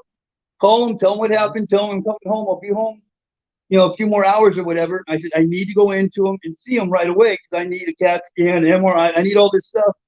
I was afraid there's tools in me or something. These doctors weren't very smart there, where I was at. And I go home and my doctor couldn't even believe that I was walking. He's like, there's no way in hell you should even be out of a bed, because you should still be in the hospital. You should still be under fucking doctor's care, all this stuff. I'm like, dude, I have to be back in Europe in 2 weeks. I have to be racing. And so literally within 2 weeks, I was back there for the GP in Czechoslovakia. And I think I was second or something like that in the qualifying, or, for a start or something. I did really good, but that was only having to do one lap. And when I start in the first moto and kind of made the turn and went up the hill, and I got hit in the chest by a rock. I think it was Smets or somebody hit me in the chest with a rock. And I made it about another 50 feet over the top of the hill. And I just rolled to a stop on the side of the track and just laid there and cried. It was the worst pain I've ever been in. And my mechanic came over and literally just cussed me out and told me what a pussy I was and what a bitch I am, and that if I don't get up and race and make money, he's not going to be able to get paid and this and that. And I got up and got back to the truck and said, fuck you, I'm done. I can't live like this, dude. I hurt. So literally, I was dead 3 weeks ago. And I come back here for you, and this is how you're going to treat me?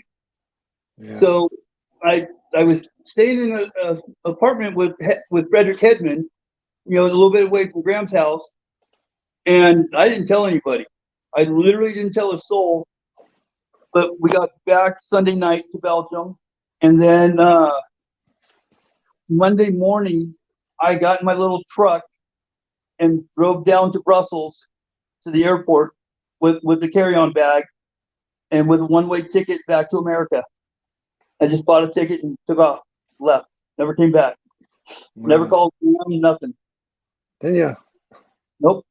Basically, if he's gonna be that way towards me, all I am to him with a check, after everything we've been through and stuff like that, if he's that worried about money over life, I had a wife at home. I had a 6-month-old little girl at home. Yeah.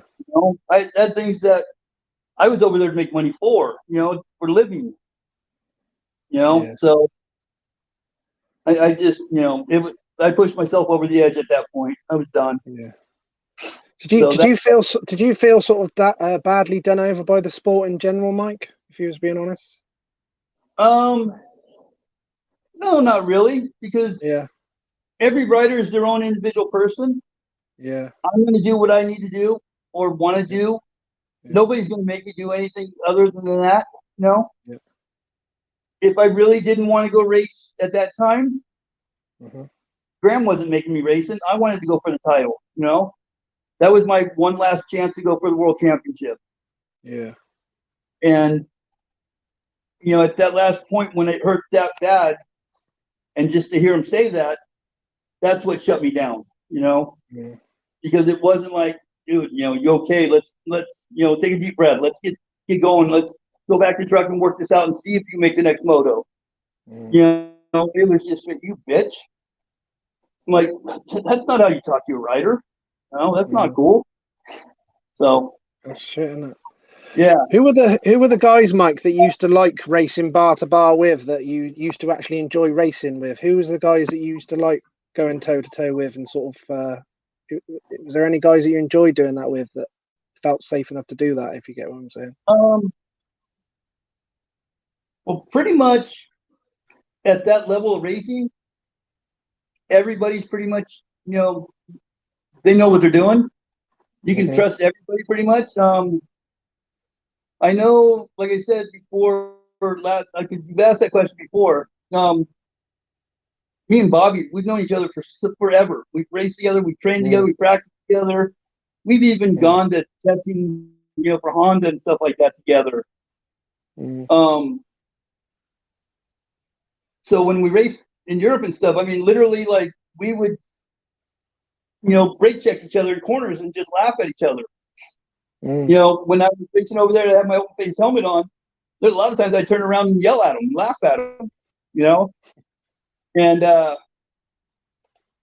but then there's other guys out there that, you know, you push them a little harder or something like that, they get a little pissy and stuff. They whine and moan and stuff, and they want to fight you after the races.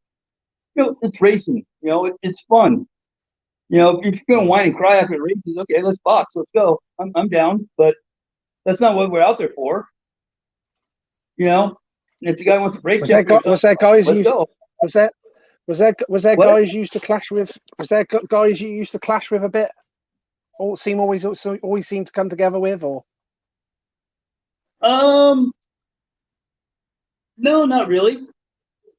Different weekends would be different riders. You know, because the guys that were up front were always up front.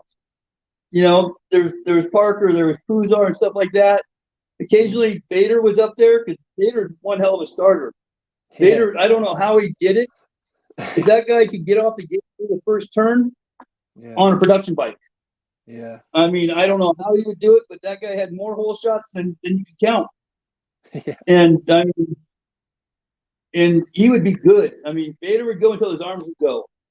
Yeah. And so, you know, Vader, he'd be a little dirty, but we've known each other so long, it wasn't a mean thing. He didn't do it to be, you know, be a jerk or anything. It was just his way of protecting his line, or his way of staying in front. You know, it's just the way racing is. Yeah. You know, if I was in front, I'd probably do the same thing back. Yeah. So, but go ahead. Did you have many superstitions, Mike? No, No, I know there's a lot of riders out there that believe that you need to drop your helmet or something before you wear it, like a new helmet. Yeah. You know, shit like that. Yeah. You saw what my helmets look like. There was no way in hell I'm dropping one of those helmets. Yeah, same here. No way. We're suddenly as a bowling ball. You know, smoother, even smoother. You know, there's no way I'm going to scratch my own helmet up. Yeah, you know, the only way I was going to wear a pair of socks, you know, more than one day at a time or something like that, is if I forgot to do the wash. You know, I don't have any superstitions, you know, things like that. I got ghosts that live in my house with me, so I'm not worried about that, you know. Yeah. Mike, that's brilliant. Mike, if you had to give advice to any young guys out there that are listening, that are going to see this or anything, any sort of youth guys that are thinking about going into the pros or looking to go pro, what would your advice to those guys be? You've had a lot of experiences of all sorts. Make sure you're having fun. Don't ever take the sport too serious. Just lost you a second. Just lost you. Okay, let me know when you can hear me. Yeah, I can hear you. Okay, can you see me? Okay. Yeah, I can see it. The young guys coming up need to remember that this is only a sport.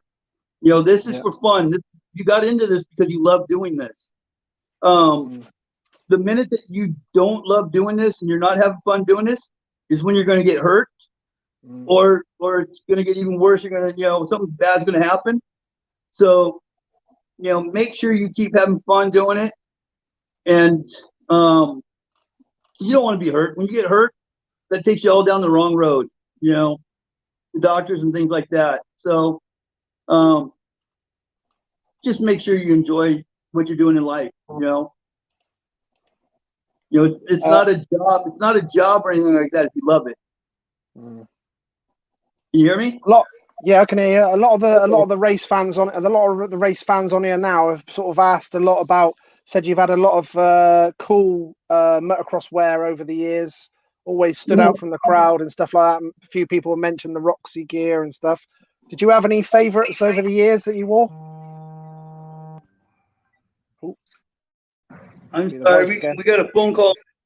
What are you saying? A lot of the race fans are on here now, and they're all mentioning about the cool sort of kits you wore over the years, and you always stood out from the crowd. A few of them have mentioned Roxy and a few other things. Was there any that you thought were cool over the years that you liked wearing and stuff like that? Over in Europe, that Roxy gear was probably some of the best gear I ever wore. And I got to design a lot of it.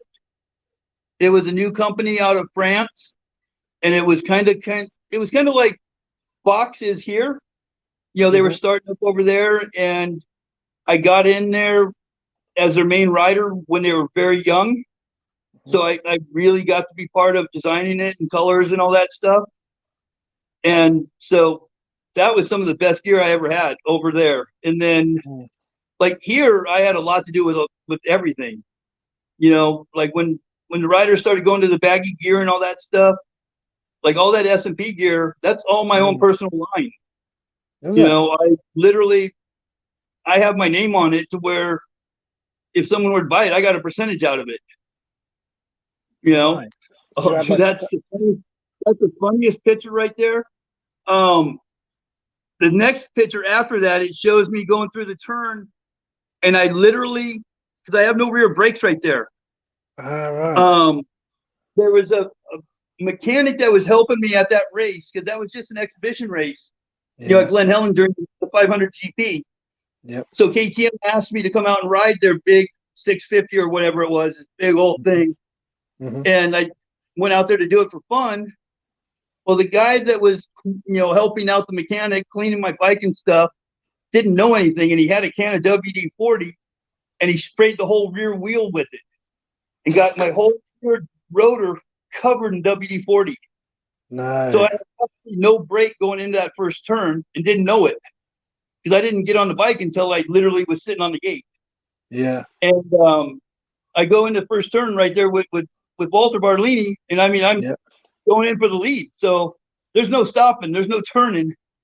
Well, the next picture, I've gone through that fence there on the right, and the metal pole literally is between the inside of my leg and the radiator shroud on the bike. So I had the pole literally, if anything would have gone wrong, I would have lost the whole inside of my right leg and everything between my right and left leg. Jesus Christ almighty. Yeah, I mean, look at the picture. It's pretty gnarly. Like they have the two pictures side by side in a lot of the magazines. Yeah. And the other picture, you can see it. It's pretty gnarly. I mean, I'm lucky I didn't lose the whole inside.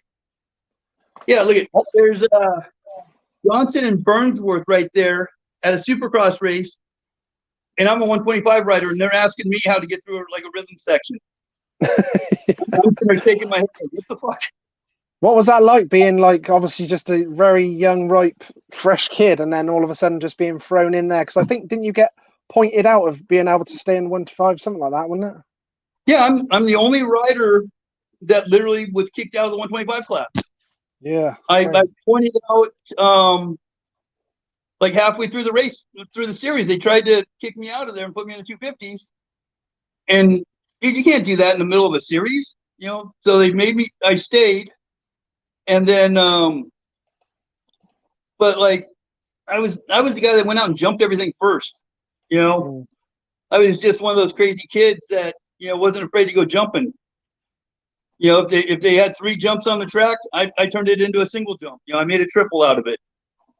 You know, and that's like what Burnsworth and Johnson were asking. Like it was like a rhythm section. They're like, there's like 4 jumps there, and they're like, well, are we going to double, or are we going to single, trip? What are we going to do? You know, I'm like, well, why don't you just quad it? Why don't you just jump all 4 of them? I'm like, it's only 90 feet. Like, we've all jumped farther than this. You know, come on. We're like, we're not doing it until you do it. All right, on first practice. I'll see you in a couple minutes. You know, but that's just the way it was the first year. Yeah. No fear and all that. Yeah. Well, there you go. There we go. That was the first bike that I ever had that had a clutch. Was it? Yeah, that was an MR50, the Honda 3-speed. Oh, that's so cool. That was pretty cool.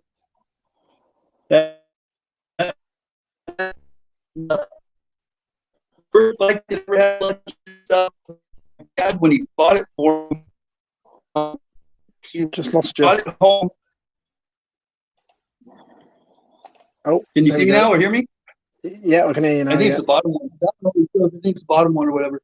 He brought it home. He bought himself a brand new truck the same day he bought me that bike. Mm-hmm. I think that was his way of being able to get the bike without getting in trouble with Mom. And can you still hear me?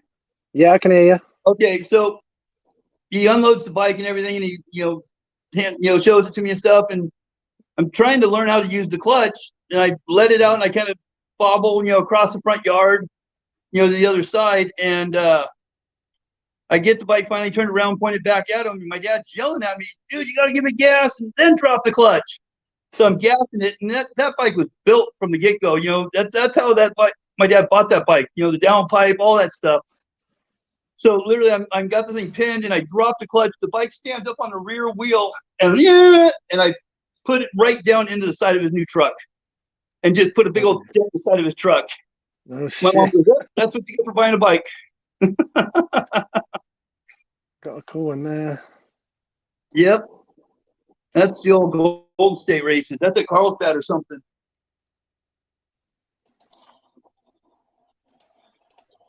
Yep, I'm not even in that one.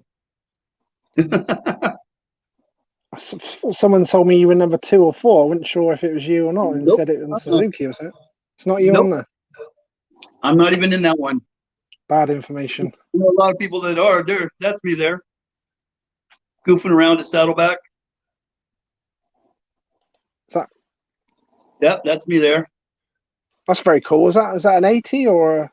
Yeah, that was a Honda 80 back in the day.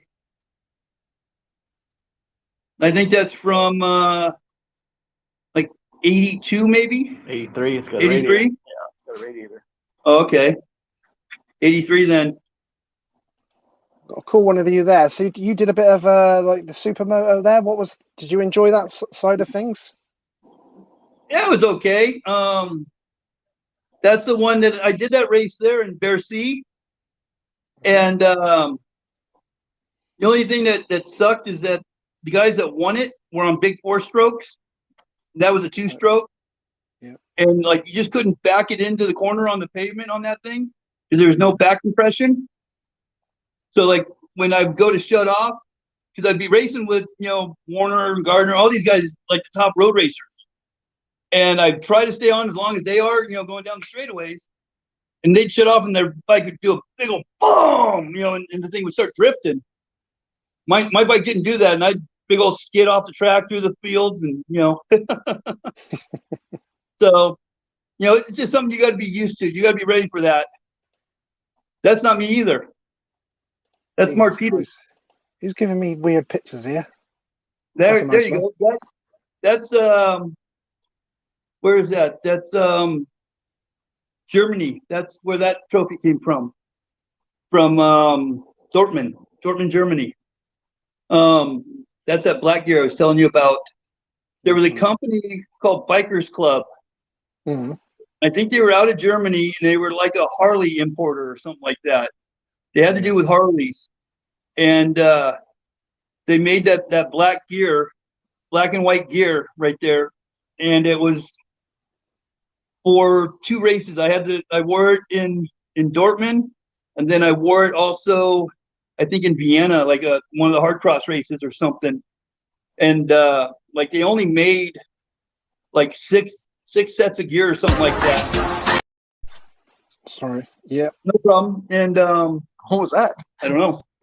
I'm the only one that ever got to wear that gear. I'm the, there wasn't even a gear company. It was like a bike importer, and they just paid me to wear it for them. So that stuff was really cool. That was neat. I like that stuff because nobody had it. There's another one here. Is that indoors somewhere as well? Look, Yeah, I think that's also the jump contest or something at Dortmund. I saw some footage online of you somewhere on YouTube that was pretty cool. Of that was sort of like indoors, wasn't it? Sort of like a velodrome or something like that, and it was going in and out of the stands. That's right there. It's Ahoy Stadium right there, like in Antwerp. Not Antwerp, but right there in Holland. Gosh darn it.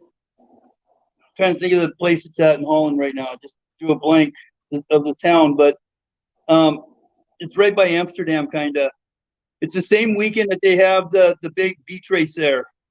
And so, like Saturday night, we do the indoor, the velodrome race, and then Sunday morning they have the beach race. And yeah, the velodrome, that was the first race I ever did on that KTM 125. That was the first time I ever rode the KTM 125. Was at that velodrome race. It looks sketchy. That bike was bone stock for that race.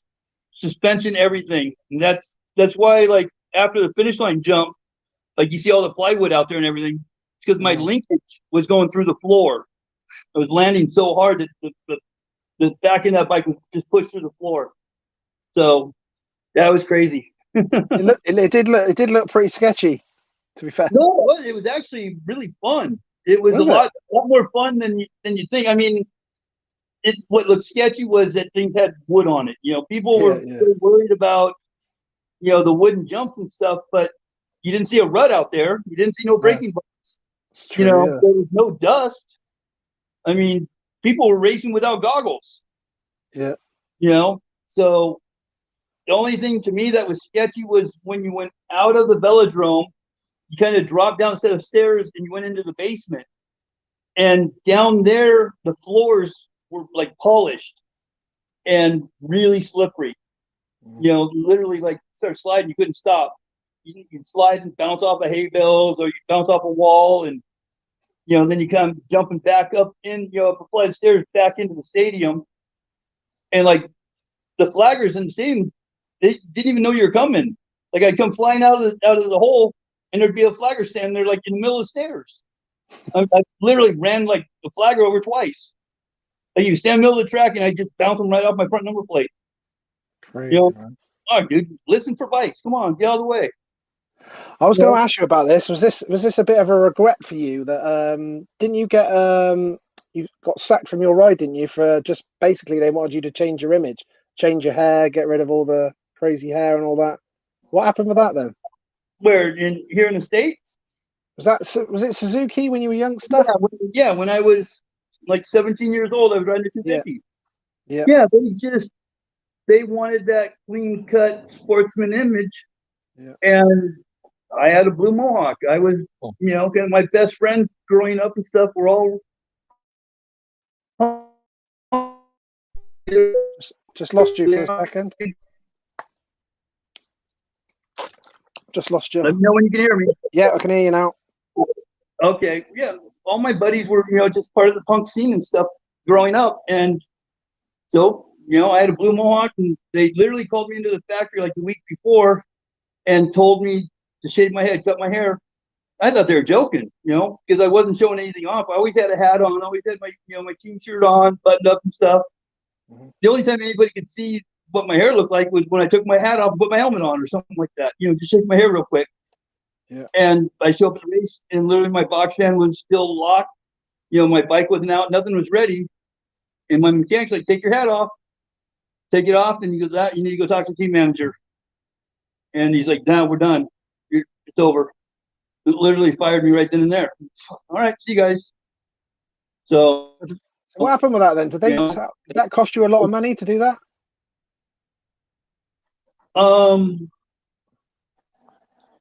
Yeah, because it happened in the beginning of the season. So like I didn't get paid because you get paid quarterly, stuff like that. So I did lose some money. But if that would have never happened, I would have never came to Europe. Because literally I went from that race when I came home, I went to Kajiva. Yeah. I went to Kajiva America and Just lost you a bit. Just lost you. All right, you there? Can you hear me? Here? Sort of breaking up a little bit. Oh. Oh.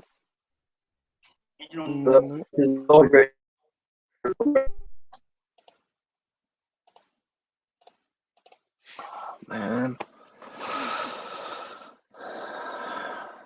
Lost him for a second there. Hopefully you come back on. Some a cool picture there.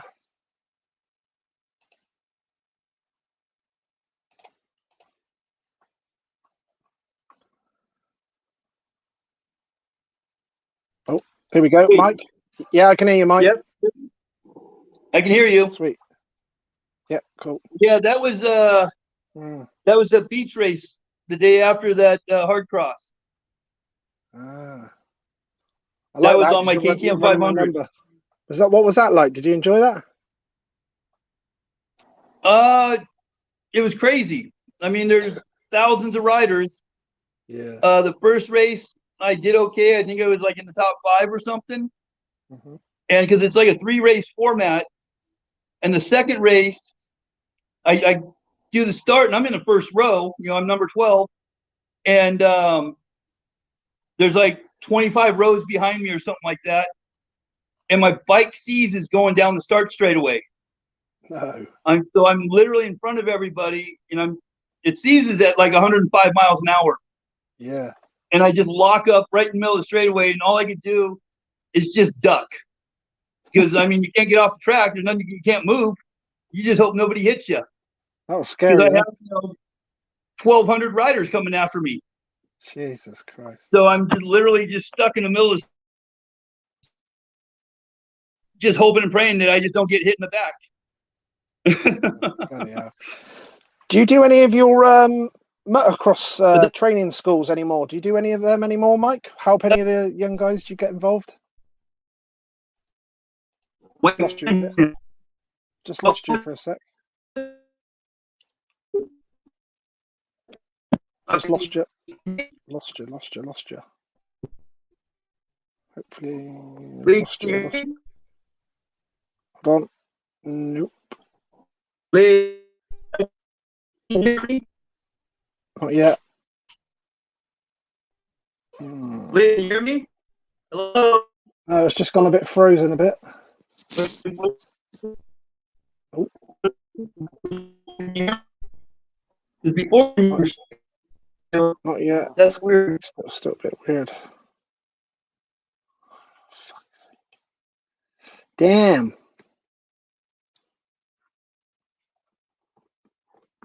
Hopefully we'll just get this question in, and then we're nearly topping 2 hours, and we'll say our thanks to Mike if we can just get him on. Let's have a look.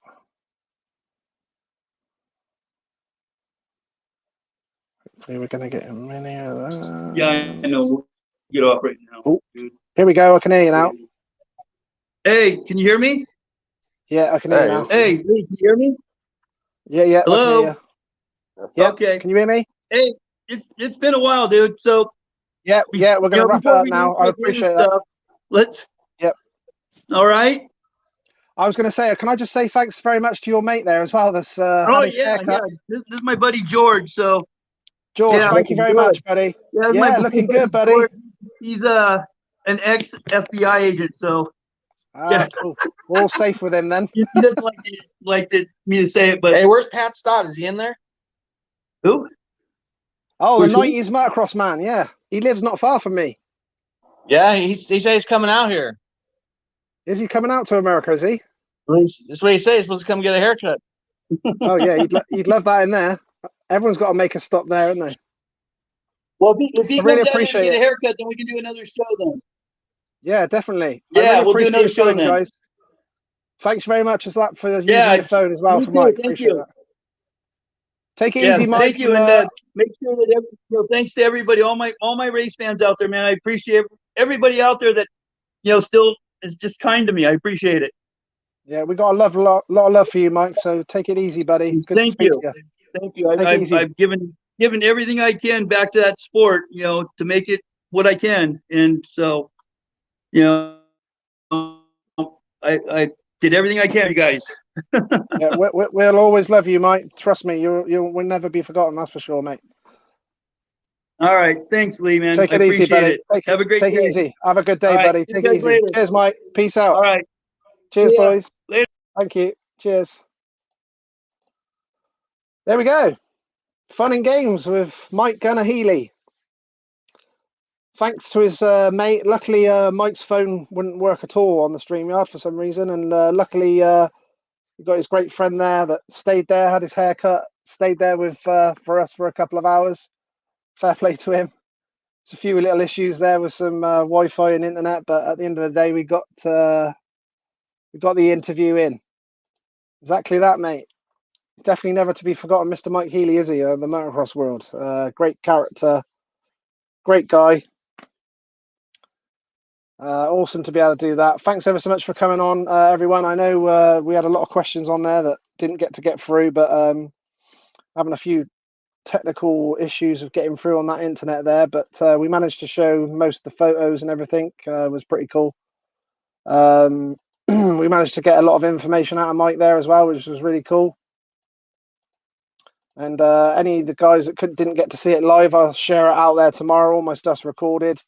There's hundreds of interviews on there now from the last year from all legends and idols from all eras and motocross and speedway. So make sure you check it out. And I will update you all soon. I've got Stefan Everts has spoken to Pedro Tractor for me, and Dave Strybos has agreed as well, and a couple of others. So hopefully I'll be able to update you all, guys. I'm doing gonna have to get back hold of Peter Johansson as well, another legend from the GPs in the 90s and into the 2000s. Gonna get to speak to all them guys, so that'll be really cool to look forward to. Got a lot of speedway ones to come up as well.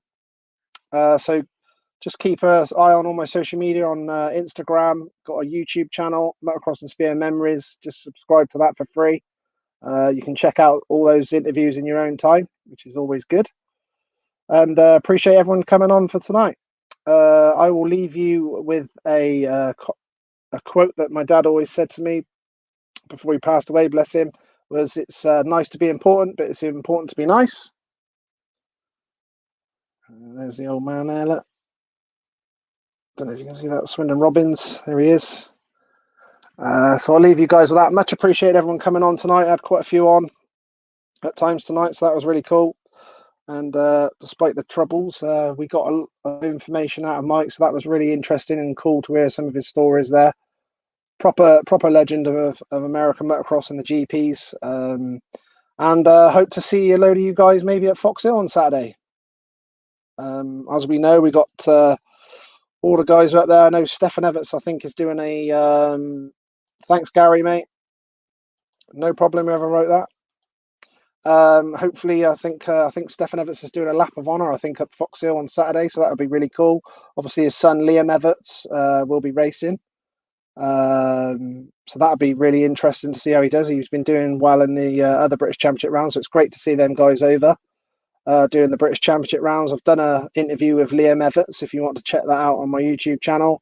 Also did a really cool interview with Harry Everts, obviously Stefan's dad, another multi-world champion himself as well. And looks like Liam's set to follow in the footsteps. He's just coming through. He had a bad injury at the end of last season, but he's just coming back from that now.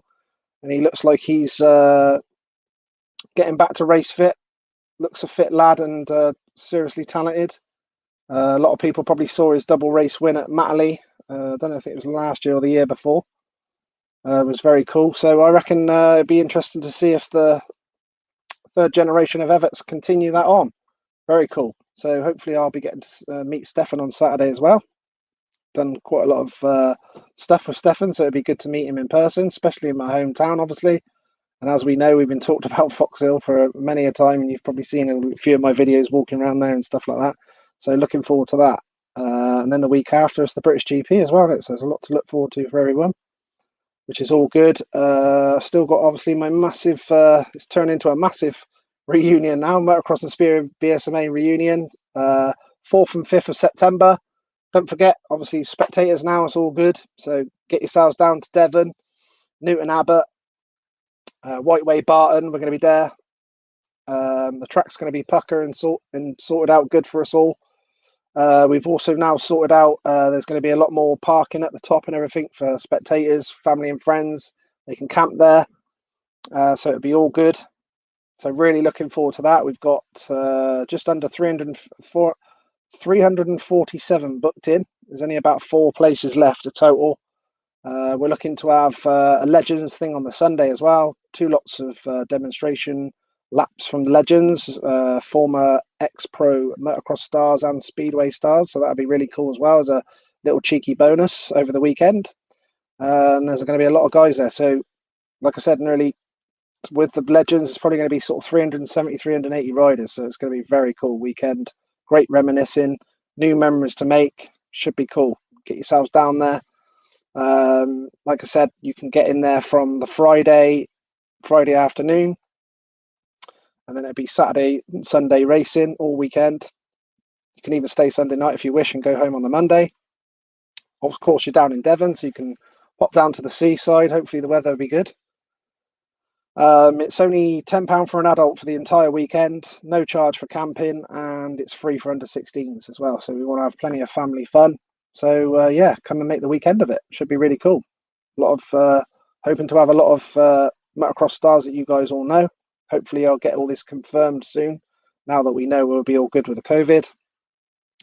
So yeah, so I'll keep you guys all informed what's going on with the latest interviews that'll be coming up. I've still got the, I don't know if you can see that in the background just there, look, the Tommy Cyril signed shirt from 2012, when he was at Matterley and all that as well, and having his battles with Hurlins. He signed the shirt, Monster Energy Kawasaki shirt. I've done about half the numbers are gone, doing 100 numbers total, and then there'll be a live draw for the signed shirt. If any of you haven't seen that, then we've done sort of 6 or 7 stars. We've done Hurlins full kit signed, Chad Reed's full kit signed.